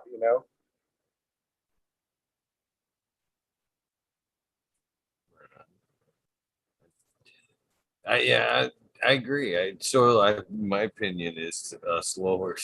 I'm that's one thing I'm worried about is that's the reason I'm in cocoa is to push all that oxygen to the roots. I run the chunky cocoa because it's so aerated. In my opinion, it's the closest you'll get to a hydroponic, to be honest with you. Yeah, And dude. I mean, cocoa is a I, form of hydroponics, and honestly, I smile when I see your setup because it's exactly how I used to do it in cocoa, with the trays underneath to catch the water and all that. You can either shot back in the water out if it's like a wrong pH or whatever it may be, whatever you feed it. or you could just let it sit there and let it soak it back up. But dude, like I said, that's when I had some of the biggest buds. People always, like I say, in the organics, like, dude, you're growing some puny buds. I'm like, yeah, but look at how covered the leaves are in trichomes. Look how covered the bud is in trichomes. Like when I get my stuff tested, it's over 24% THC almost every time. It doesn't go up past 30. I'm not going to lie to you guys and say, oh, it's 31% THC.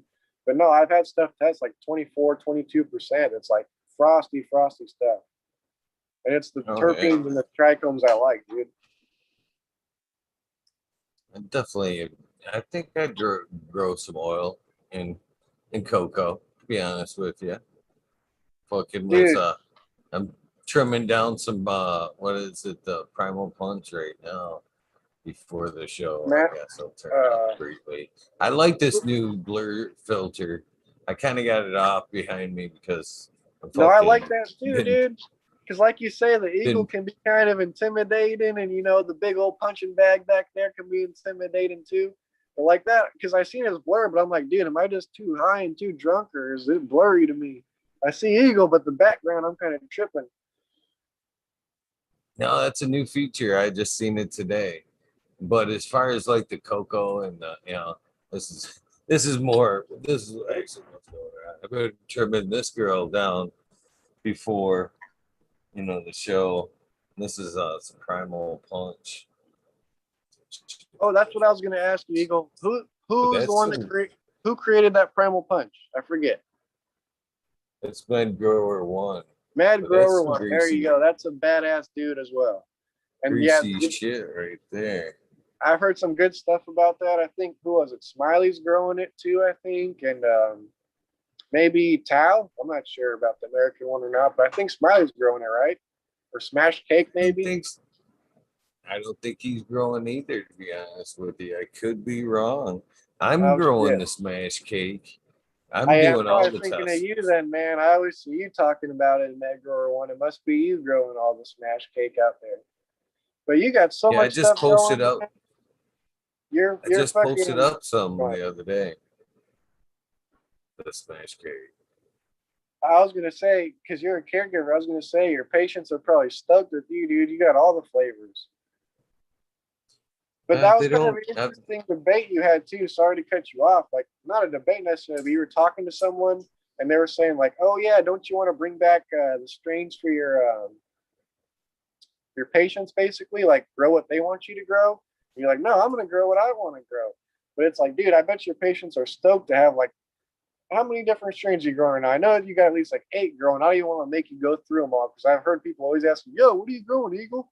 It's like, dude, I know pretty much what you're growing by now. I've heard you say it so many damn times. But you got what, 8 strains, 10 strains going? Oh no, I'm pushing more to 18 close right now. See, at one point I jungled 30 round, but I definitely should. Behind me, I got. Well, let's see here. All right, right off the top of my head, I've got Bingus's Blue Mile going. I've got the Mendo Loco. I've got the Velvet Punch. Well, there'd be the Velvet Punch F2 S1s, the ones that were selfed here from the Light Leak. Them are in motion as well. I've got Empire Breeding Co. 6-shooter. We got Empire Breeding Co.'s. These are his testers. The Citrus Soother. Or Citrus, Citrus Soother. Could be wrong. I got a little. That's and a then I got the 6-shooter. I've heard you mention that one before. What's that? Oh man, I gotta make me get. Oh, I'll get the book. Shit, no wonder I can't see chat. Sorry, guys. I accidentally clicked out. Here you go. This is actually, look, as you can see, my book of records, volume 2. That's awesome. So, and Fort Jefferson, okay. So this currently is a strain you ran before, right? Sorry to interrupt again. No, most of these are new. I've pretty much cleared out the deck. So you keep that book up to date there. So this, oh yeah. This is So in the garden right now is Twisted Triangle. I've got Jack's number 2, which is the Velvet Punch.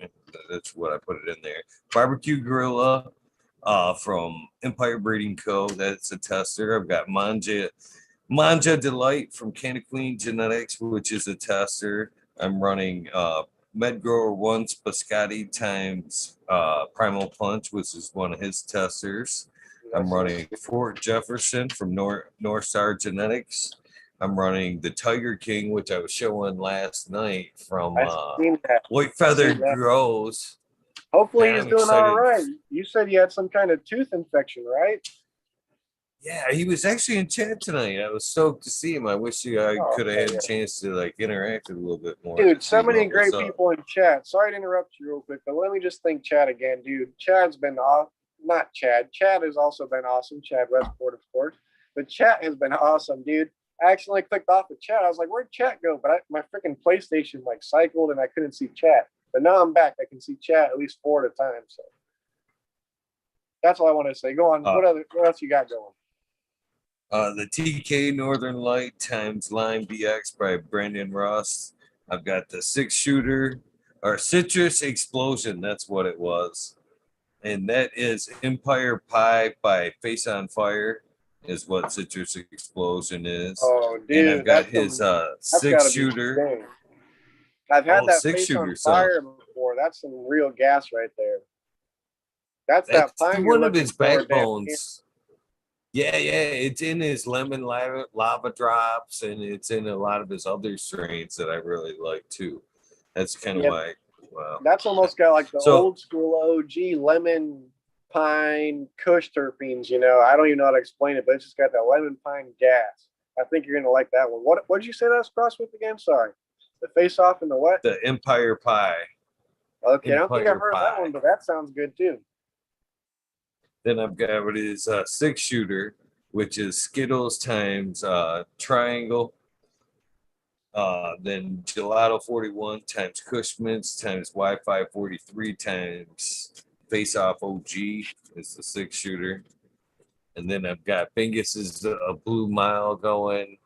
I've got the Orange Boss going as well. I've got the Chili Bean going. I've got Agent Orange going. I've got Sangria going. Fuck. What the fuck else? I got more behind me. Oh, I've got the Xmas. Couple that Xmas, but that's going to be good too to see what that turns out like, because that's kind of like a mystery, isn't it? You kind of just got that, it was just labeled Xmas. I remember watching that episode too when you first got them beans from him. I forget who that was that sent it, but I remember you getting the Xmas and like 2 other strains maybe from him in that vial. Like, dude, I'm telling you, I've been an OG Eagle watcher, dude. Every morning I watch your show. It's kind of weird because I like know you really well just because I've seen your show so much. And even though you don't even talk about yourself that much, I'm like, dude, I know what's in Eagle's garden. I know he's got going on. I'm in tune with what even everyone in chat, dude. Like, it's funny too. They're making fun of me because I said Chad instead of chat, and they're like, yeah, oops, I'm accidentally on live Chad instead of top. Or no, they're like, I'm on top Chad instead of live Chad. I don't even know why they have the option. I really don't. At one point, I think it might even have been Chad that pointed out because we were bitching about it. I think it was in the Embracing Organics chat why they have it, and I think it was him that pointed out, or it could have been Genetic Memory Farms. They're like they just want to see if you're like engaged, not just watching. So by clicking, over to live, they figure you're more. There's an actual human or something. I don't know. It's stupid. It's stupid. Shout out 420. Sorry to interrupt. He's a badass dude. But yeah, dude. I mean, what's crazy because on my PlayStation, when I watch it on YouTube on my PlayStation, because on my PlayStation, I use the YouTube app to watch you most times, so I can watch it on the TV. And I'm looking at chat, it only shows them 5 at a time, but it shows the actual live chat. But when I go on my phone to comment, because I have to comment on my phone, not the PlayStation, it shows top chat unless I switch it to freaking live chat every single time. I'm like, what the hell? How come I'm seeing comments on here on my TV, but I'm not seeing them here? And then I'm like, oh, yep, stupid fucking top chat again. Gets me all the time. Gets me all the time. Yeah, YouTube's ridiculous, but we don't want to get this demonetized, even though it probably are. Well, not demonetized, but banned from YouTube, whatever you want to call it. Kicked off YouTube. We won't get into bashing YouTube. We love YouTube. Thank you, YouTube. I was gonna say it's not gonna be monetized anyway, so we're good there. Yeah, I didn't mean to say monetized. I just meant we don't want to get kicked off or get this episode deleted or something. True that. True that. Right, let's get back to smoking. I've been drinking. Now I need to smoke something for you guys. This is a smoking podcast. You still smoking over there, Eagle? Yeah, I'm on fatty number 2. What you got in there? What flower is that? Is that the Tao's flower, the Godiva? Yep. The last of what I had right here in the tray.